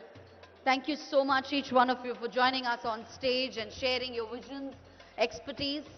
Of course, definitely all your inputs do help us to see how technology, sustainability, industry governance and human capital together shape the Telangana of tomorrow. Your contributions today have added immense value to the dialogue and deepened our understanding of what a progressive, equitable and globally competitive Telangana looks like. On behalf of the organizers and everyone present here, I extend my heartfelt gratitude for all our panelists who are here. Thank you so much for sharing all your knowledge, your commitment to building the Telangana of 2047. Thank you so much, sir. As we move on to the next session of our panel discussion this evening, ladies and gentlemen, we are joined today by distinguished representatives from the industry, leaders from across the ASEAN region. Their perspective definitely helps us to understand not just where opportunities lie, but how can they be unlocked collaboratively. Moving on to the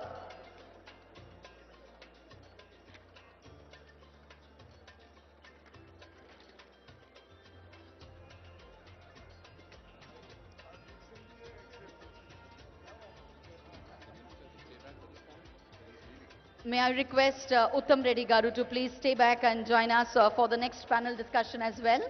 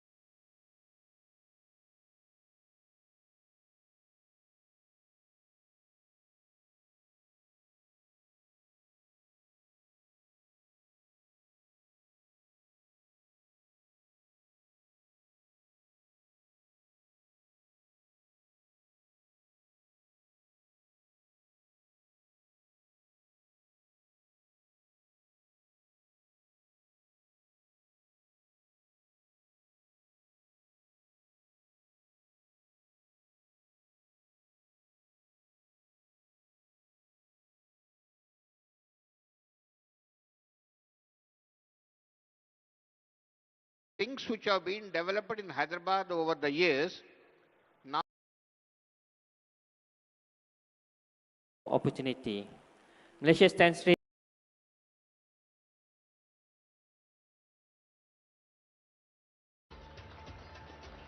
We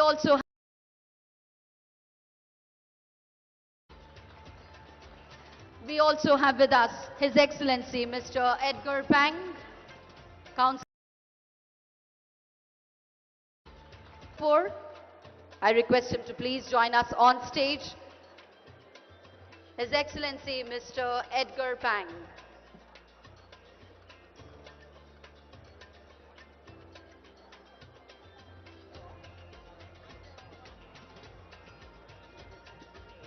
You look beautiful, ma'am. And finally, ladies and gentlemen, our next panelist and final panelist on stage to be invited is Mr. Pham San Chao, CEO, Asian Operations MD, Win Group. Can we have on stage Mr. Pham San Chao? Very warm welcome to you, sir. Well, welcoming all our panelists, can we hear a big round of applause, ladies and gentlemen, for our panelists from all across the world who have joined us for this panel discussion this evening. And now I request Aparna Devareji to take over the stage. Thank you.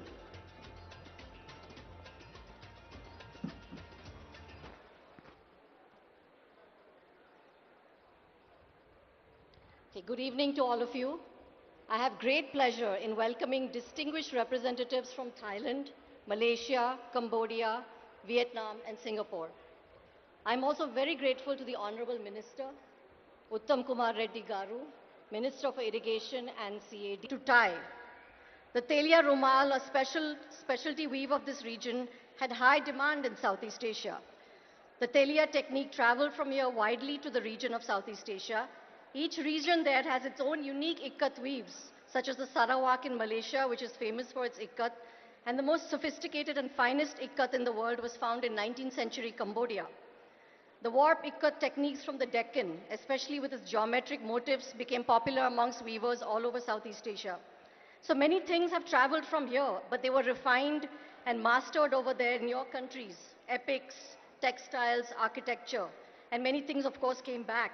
And there was, considerable exchange. It was not a one-way street.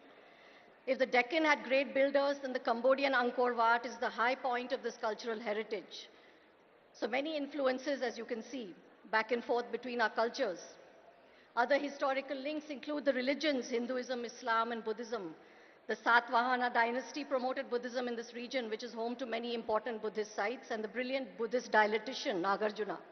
And monks have been traveling from the region to Southeast Asia, and later dynasties such as the Golconda, the Kakatiyas, and then the Golconda Sultanate continued this trade, trading diamonds with the Malay world.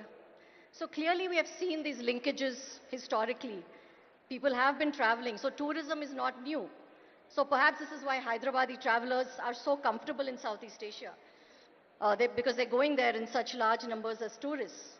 Again, technology transfers are not new. Exchanges have been going on. Technology of the loom, of shipbuilding, of predicting weather patterns and climates. All these exchanges were ongoing, but are now morphing into new and modern forms, such as the exchanges of digital economies, renewable energy, food processing, and so on.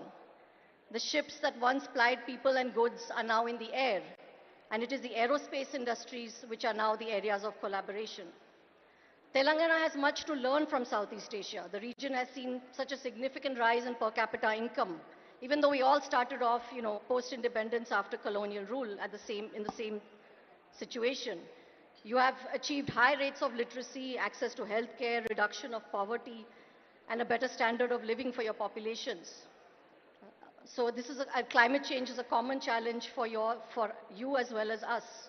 But your countries have developed with an aesthetic sense, beauty, and a sense of pride in your cultural heritage. That's why your countries are so hospitable to tourists from here and all over the world. So we have much to learn from you. But Telangana can also offer its own expertise and development in digital services, IT and software development, advanced hospitals and medical care, pharma, aerospace, and film and creative industries. Hyderabad, with its rich and syncretic history, juxtaposing both the ancient and modern, is also the gateway to tourism in this region. And in the end, there's always ikat, the tie that continues to bind. So I now ask our distinguished guests on the panel to please speak and share their perspectives. I request His Excellency Ambassador Dato Muzaffar Shah Mustafa, High Commissioner of Malaysia to India, to begin with his remarks.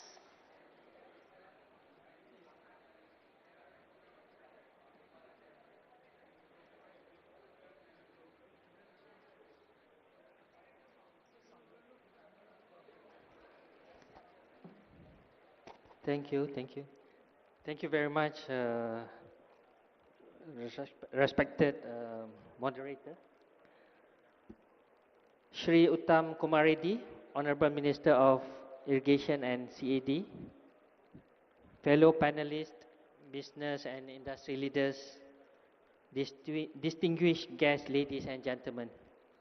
It is a pleasure to be part of the Rising Telangana Summit and to join this panel on Telangana partnering ASEAN.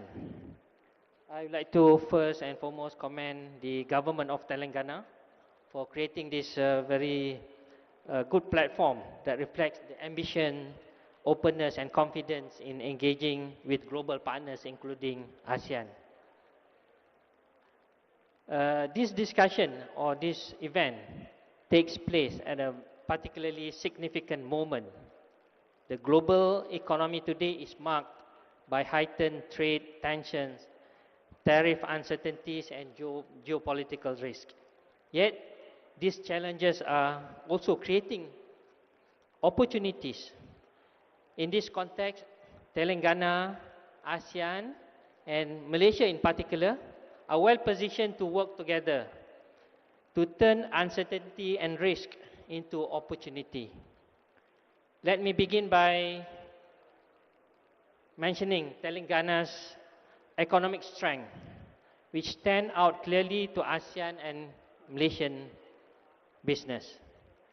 In little over a decade, Telangana has built a strong reputation for policy stability, transparency and administrative efficiency. Mechanisms such as TSI Pass, the focus on time-bound approvals and sector-specific industrial ecosystem, send a powerful signal to global businesses. Economically, Telangana is among India's fastest growing state, with a GSDP exceeding 16 lakh crore and a high and rising per capita income. The state's economic profile is distinguished by, for example, like Hyderabad's global stature as an IT and digital innovation hub, leadership in pharmaceuticals, life sciences and biotechnology, anchored by Genome Valley and BioAsia. A growing footprint in advanced manufacturing, electronics, aerospace, defense and food processing. And of course, a vibrant startup and innovation ecosystem supported by strong academia-industry linkages. These strengths make Telangana not only competitive within India, but also highly compatible with ASEAN economies. This brings me to the next point, how Telangana can leverage the strengths of ASEAN. ASEAN today represents a combined market of over 670 million people, deeply integrated supply chains, and one of the fastest growing regional economies globally.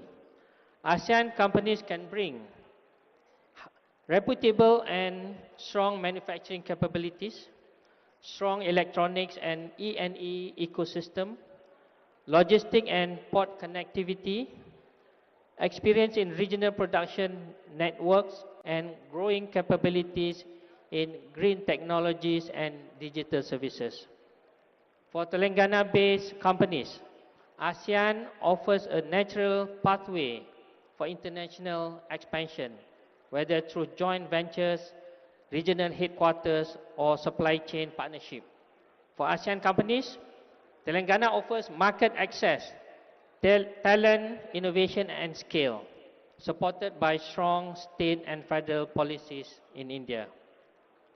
At a time when global companies are diversifying supply chains due to trade and tariff risk, Telangana and ASEAN together can position themselves as trusted and complementary partners in global value chains.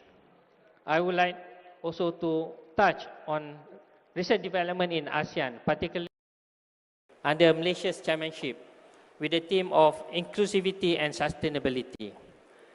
Malaysia's chairmanship of ASEAN places strong emphasis on greater regional integration, not only working with ASEAN member states, but also with ASEAN partners, with focus on the following: strengthening regional economic resilience, facilitating trade and investment flows, advancing the ASEAN digital economy framework, and accelerating green growth, sustainability, and energy transition. ASEAN is so committed to deepening engagement with India, recognizing India's role as a major growth engine and strategic partner. India is already ASEAN's sixth largest trading partner, and there is a growing emphasis on trade, investment, technology collaboration, and sub-national partnerships, including with progressive states like Telangana. These developments create a favorable regional environment for greater ASEAN-India and ASEAN-Telangana economic interaction. Specifically for Malaysia, Malaysia-Telangana and Malaysia-India relations. Malaysia and India enjoy a comprehensive and fast-forward-looking partnership underpinned by strong trade, investment, and people-to-people ties. Malaysia is well positioned as a gateway to ASEAN, a hub for electronics, digital services, logistics, Islamic finance, and halal industries, and a partner in green technologies and smart, sustainable solutions. From Malaysia's perspective, Telangana stands out as a natural partner at the state level. Malaysian companies operating and engaging with Telangana have shared positive experiences, citing the availability of skilled talent, responsive state agencies, and collaborative ecosystem. Malaysian firms are already engaged in Telangana across IT and digital services, engineering and consultancy services, healthcare-related solutions, and participation in flagship platforms such as BioAsia. This engagement will, while still growing, that cooperation is practical, implementable, and mutually beneficial. Looking ahead, there is significant potential for us to promote joint ventures and co-innovation in life sciences, digital health, and advanced manufacturing. Expand collaboration in electronics and electrical supply chains and green technologies. Support Telangana companies using Malaysia as a base to access ASEAN market, and position Telangana as a key Indian partner in ASEAN evolving regional economic architecture.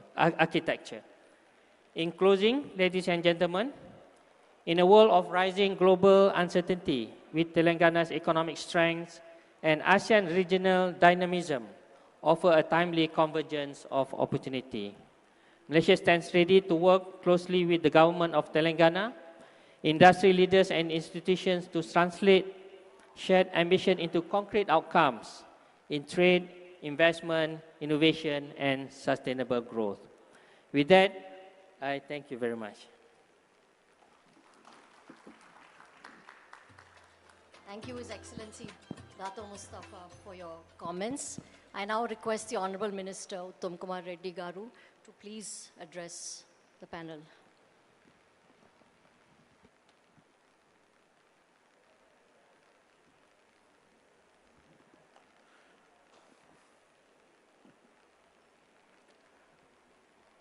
Excellencies, distinguished delegates, ladies and gentlemen, it's an honor to welcome you all to the historic summit. Today, the Telangana, the youngest state of India, embarks on an ambitious development agenda aligned with Viksit Bharat 2047 to become a USD 3 trillion economy by 2047 and contribute 10% to India's GDP. Telangana Rising 2047 vision is not only about economy and numbers, it is about equity, inclusiveness, and sustainable growth. It is about being globally connected, innovation-driven, investment-ready, and culturally vibrant. Our strategy is clear. Build a future anchored in net zero, develop world-class infrastructure through first-of-its-kind statewide spatial planning, invest massively in human capital, and create high-value opportunities for all. And in this journey, ASEAN countries, particularly Singapore, Malaysia, Thailand, Indonesia, and Vietnam are our natural partners. Your rise as tiger economies have been driven by your agility, manufacturing strength, strategic openness to trade, human capital excellence, and bold economic reforms. Telangana's own vision is inspired by these values. Telangana's ties with ASEAN countries have been growing from strength to strength in recent years. Whether it is the thriving flow of tourists from Telangana to Bangkok or Bali or Phuket or Phuket Islands. The expanding cooperation of oil palm mission with Malaysian and Indonesian companies. The growing export linkages in agri-products with Thailand, Vietnam, and Malaysia.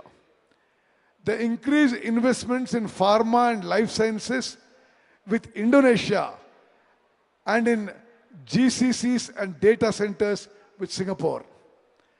Our ambitious 2047 vision document provides fresh impetus to the Telangana-ASEAN partnership and offers immense opportunities for growth in several areas. I would like to particularly highlight tourism, trade, technology, and talent sectors. Tourism. Telangana is home to a rich confluence of heritage, culture, cuisine, and spiritual destinations. Some of you have witnessed Buddhavanam this morning and have witnessed firsthand the strong Buddhist heritage of our state. Through targeted partnerships with ASEAN's thriving travel market, we seek to promote Telangana as a leading destination for medical tourism, ecotourism, spiritual and cultural circuits. Trade and investments. As global supply chains diversify, Telangana offers a strategic base with robust logistics, plug-and-play industrial parks, rapidly expanding export ecosystem, transparent policies, and fast-track clearances.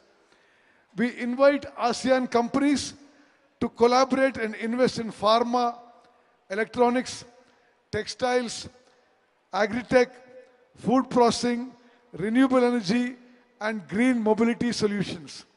Sectors where both regions for high technology. Equipped with our new AI and quantum strategies, Hyderabad is in the forefront of developing and adopting frontier technologies. Our shared focus and strengths in these areas opens up opportunities for co-creating new global solutions. Talent. With massive investments in education, R&D, and skilling, we are making Telangana's workforce ready for the world. We would like to work with ASEAN countries on tailor-made partnerships for skilling and talent mobility. I'm happy to share that today we have signed 2 major MOUs with ASEAN multinational companies. Win Group from Vietnam has committed to invest rupees 25,000 crores, that is nearly 3.5 billion USD, in solar plants, EV and energy storage at industrial townships.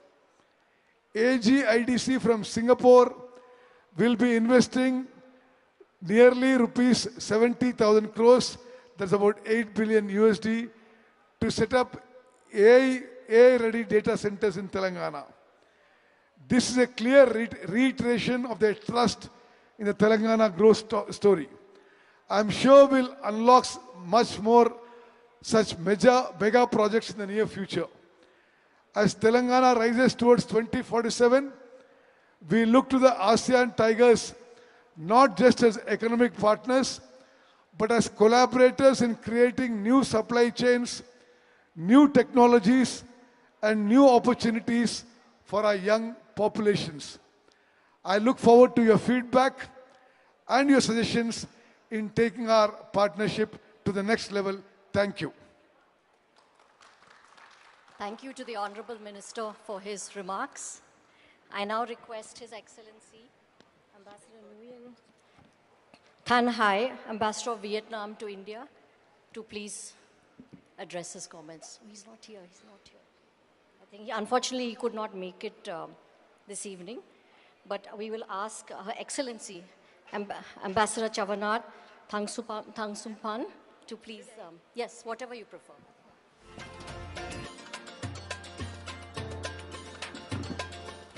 Hello. Namaste and Sawadi Naka. Honorable Minister, Excellencies, distinguished guests and participants. It's a genuine honor to be part of the Telangana Rising Global Summit.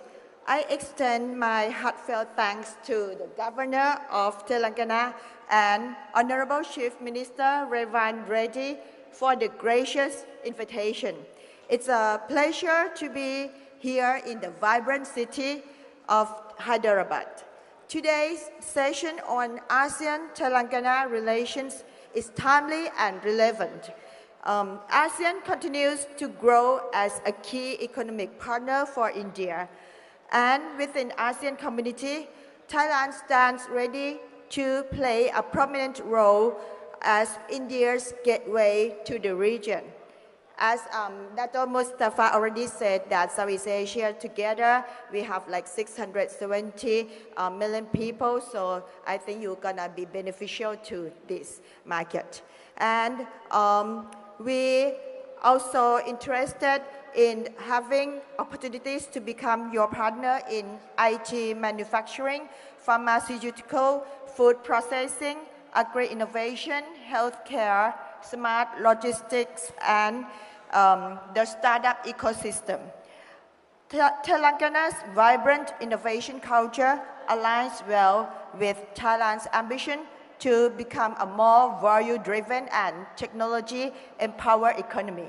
Our Act West strategy and India's Act East policy align seamlessly, making our cooperation both natural and strategic.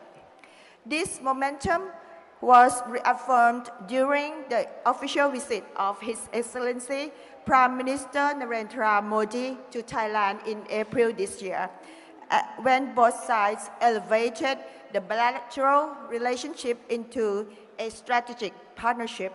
This was followed by the recent visit by my Foreign Minister, His Excellency Mr. Sihasak Phuongkiet from 29 November to the 2nd of this month, during which he met with the co-founder and executive chairman of Bharat Biotechnology Company here.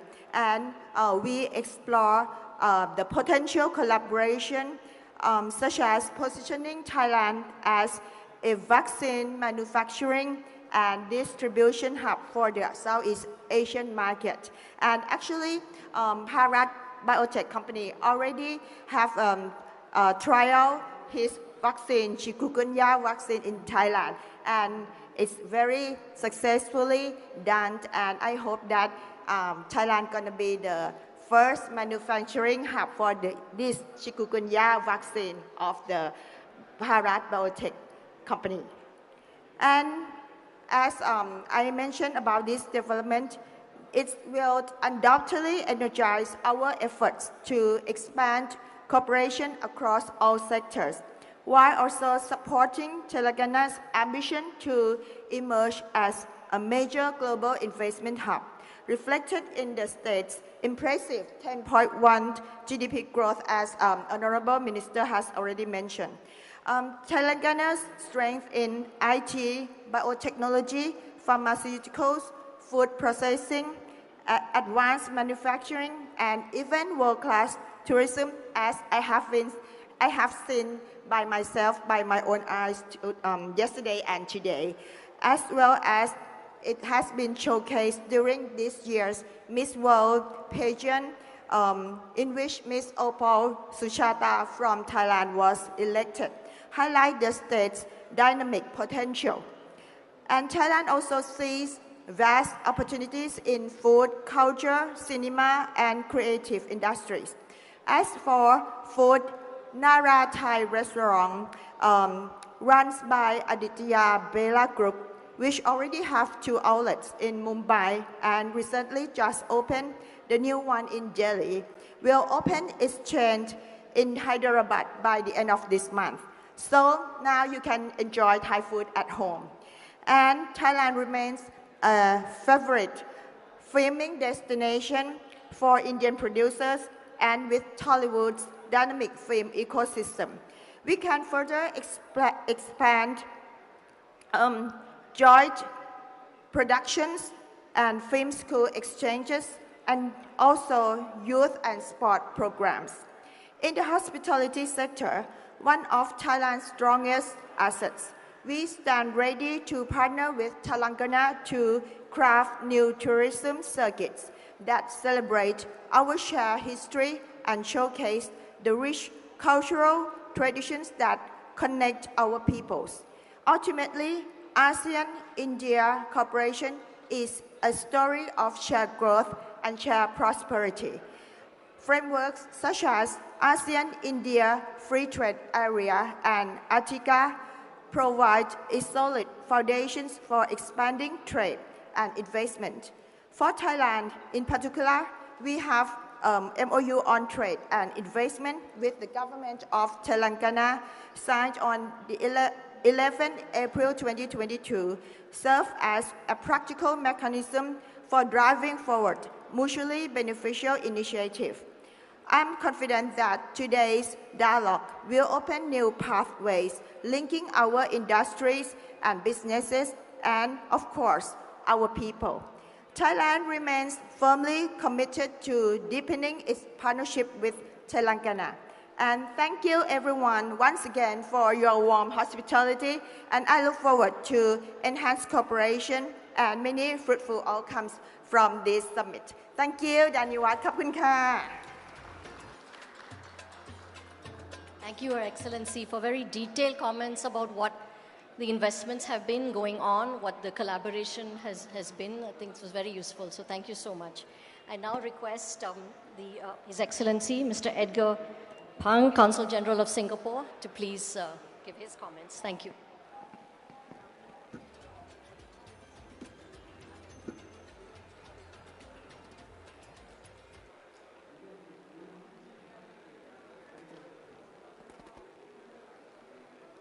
Good evening to the Honorable Minister on the dais, and to the Excellency ambassadors who are here, and our distinguished moderator. Excellencies on the floor, together with other delegates, good evening. Thank you for the opportunity that I have been given here to share some thoughts on ASEAN-India and ASEAN-Telangana relations. I think at the onset, I think it's important to view the broader ASEAN-India relationship in its full context. ASEAN and India share long-standing ties, with a long history of civilizational ties between the two of us, grounded in trade and cultural exchanges over a long period of time. Now, building on these foundations, both regions have come together today to foster even closer ties in areas such as trade in goods, connectivity services, and digital connectivity. Looking forward, among the different future-forward areas that both of us can work on, just two examples, digital and sustainability and green energy. In the area of digital, ASEAN is trying to integrate our economies within ASEAN with a digital economy agreement. Now, if we can do that together with India, it will potentially yield a lot of new opportunities. ASEAN is also trying to connect ourselves with an ASEAN power grid and to link ourselves up more in terms of sustainability and green energy. This is certainly an area that we can work together more with India. In terms of the global context, ASEAN and India, along with the Northeast Asian growth engines, I think at this point is becoming the center of gravity of the global economy. It has been shifting towards Asia over time. So I think there is great strategic economic imperatives for closer ASEAN-India ties. We want to work and cooperate with India deeper in its Act East policy, and Singapore will do our part to facilitate this closer links within ASEAN and India. Now, narrowing the focus a little bit and looking at 2025. 2025 is the ASEAN-India Year of Tourism. I think in this regard, I think we have worked together to undertake several initiatives to strengthen our tourism cooperation, including sharing best practices and sharing of resources and facilities. I'm also pleased to see that the visitor arrivals from India to ASEAN has been increasing over the past years. India also supported ASEAN's efforts in tourism sustainability by inviting ASEAN to participate in India's Travel for Life program to promote environmental, economic, social, cultural sustainability. I think these efforts will better equip our tourism sectors to reach our long-term sustainability objectives. ASEAN looks forward to working even closer with our friends for new opportunities in the field of tourism sector. I think for Singapore, India is one of our key tourism markets. The Singapore government and our companies like Changi Airport Group has been keen to work together with state governments to develop ideas and programs to sustain and grow tourism flows. Specifically for Telangana, Singapore is very well connected with many direct flights to Hyderabad. The Singapore Tourism Board, we recognize the potential in Hyderabad.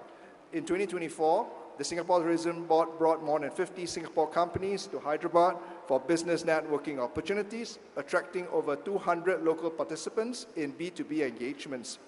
We also have authorized visa agents in Hyderabad, which makes it easier for the residents of Telangana to visit Singapore.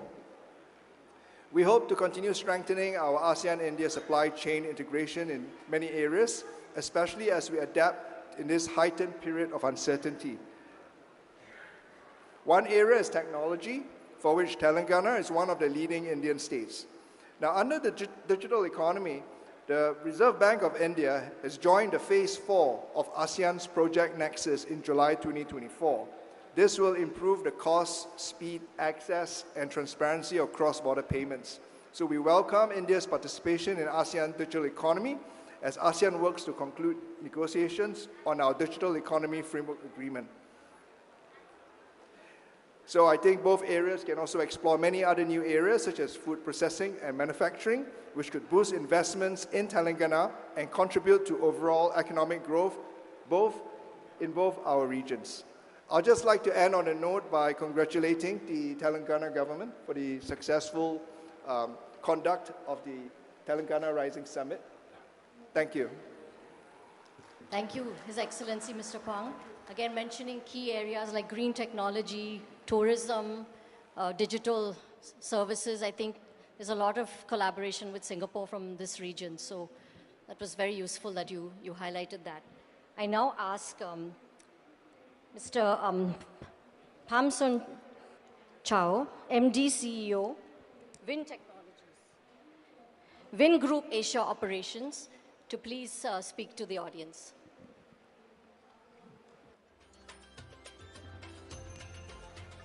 A very good afternoon, the Honorable Minister, distinguished member of Dais. Let me begin by expressing my sincere congratulations to the successful hosting of the first Telangana Rising Global Summit. I think that this summit is a little bit overdue. We have been waiting for that, and I think that we should organize that more often so we can come and share our thoughts about how to contribute to your ambitious plan of contributing 10% of the total GDP of Vietnam, of India by 2047. As you just mentioned in your speech, Vingroup decided to invest in Telangana 27,000 crore, which is $3 billion US. So this is the biggest ever investment by one Vietnamese company overseas, and it is also the biggest investment by a Vietnamese company in India. Although we have already invested nearly 4,000 crore in Tamil Nadu, completing the factory of VinFast in Tamil Nadu. For the audience, I was before Ambassador Vietnam to India for 4 years, and after that I became CEO of VinFast for India, and now I became CEO of Vingroup for Asia. And I just want to share with you 3 stories which brought me and brought the Vingroup decisions to make that huge investment in Telangana. So the first story came back about 6 years ago when I was the ambassador in Delhi, and I got invitation from the National Museum of India. And they invited me to come and to see a beautiful collection of Nizar family. So I took the invitation, I came there, and I was surprised to see such beauty and amazed by the beauty of this collection. I was before ambassador in Paris, in France, and also in Belgium and the European Union. I am very used to beauty things and royal things.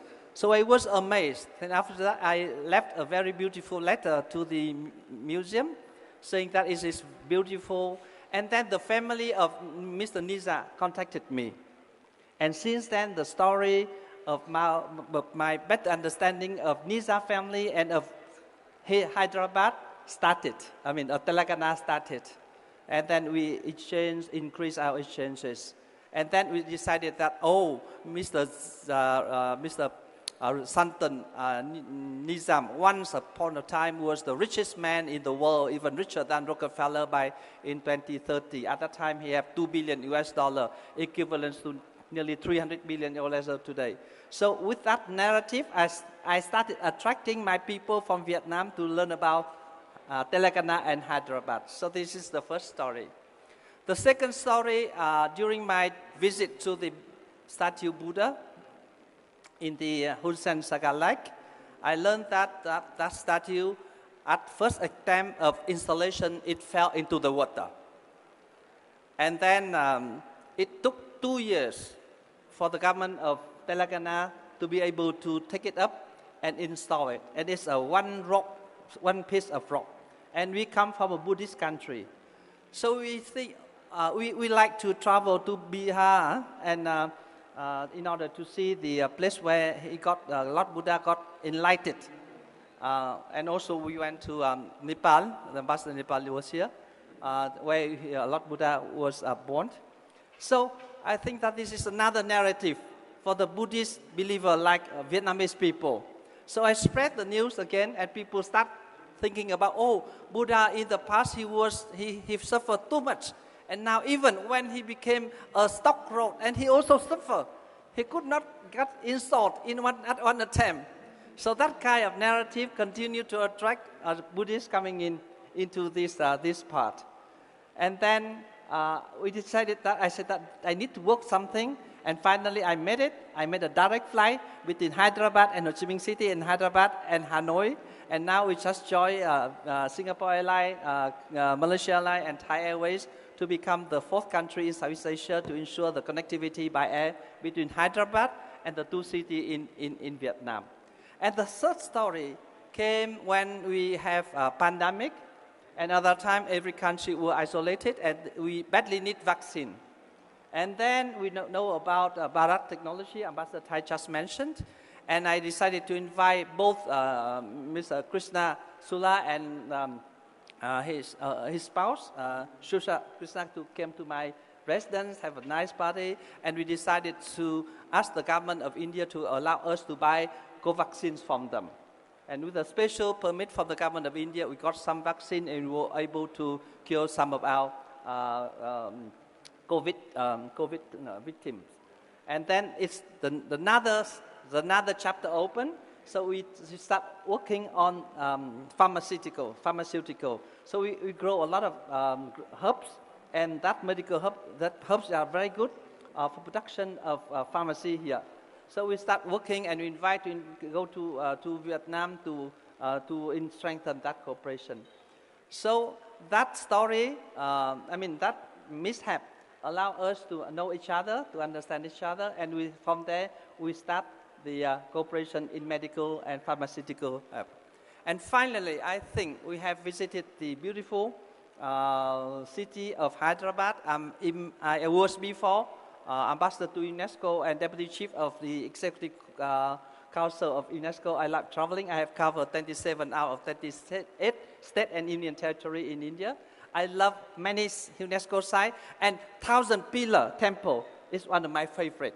And I follow the process of having it nominated in UNESCO in 2021 when I was still there. And I interact with my former colleague in Hanoi. I asked them to support the inscription of the 1,000 temple on the UNESCO list. So with that, I think that now is the time for me to decide something for Telangana in a bigger way. Then I convinced my group to look into the opportunity here.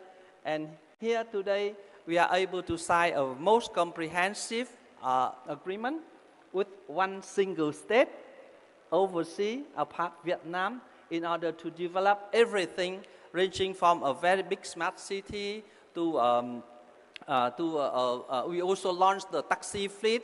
We are going to invest in technology. We invest in green energy.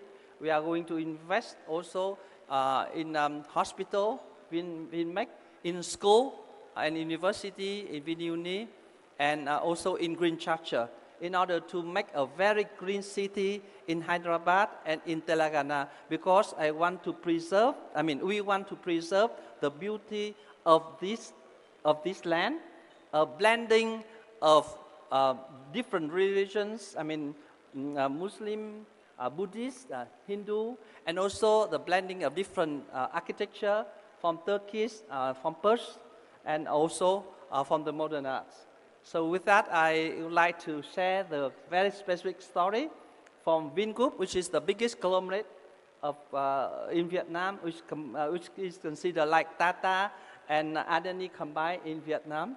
And we want to share that our success story in Vietnam to Telangana people, so that together we can help you to make your dream come true, 10% of the total GDP of India by 2047. With that, I thank you very much. Thank you very much. I think you have spoken very well, and we thank you for the MOU you have signed today. And I'm sure you'll have your experience of doing business in Telangana will be very good. And for the ambassadors from all the ASEAN countries, I'd like to just reiterate at the end that not just India, but Telangana itself has many good spots of Buddhist tourists. And all your countries are directly linked to Hyderabad. I think we should work more and more on tourists from your country coming to Hyderabad. There are very landmark Buddhist centers here. Because I think there are in the flow of tourist traffic, far more Telanganites come to your country than from your country to here. So we also like to seek your cooperation in encouraging tourism from your countries to Telangana. Thank you very much. We thank all the distinguished guests, your excellencies, for your very detailed comments about the sectors in which you are collaborating. We thank the Honorable Minister for your remarks, and I now hand it over for the...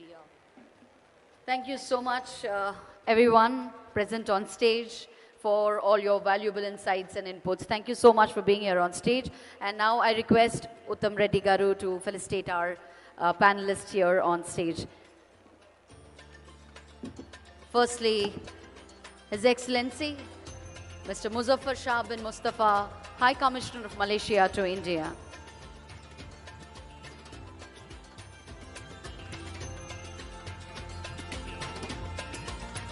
Her Excellency Shauna Thang Sung Phant, Ambassador of Thailand to India.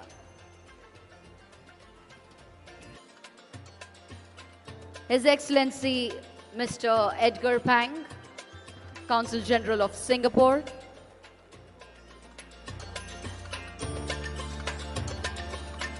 Mr. Pham San Chao, CEO Asian Operations MD Wind Group.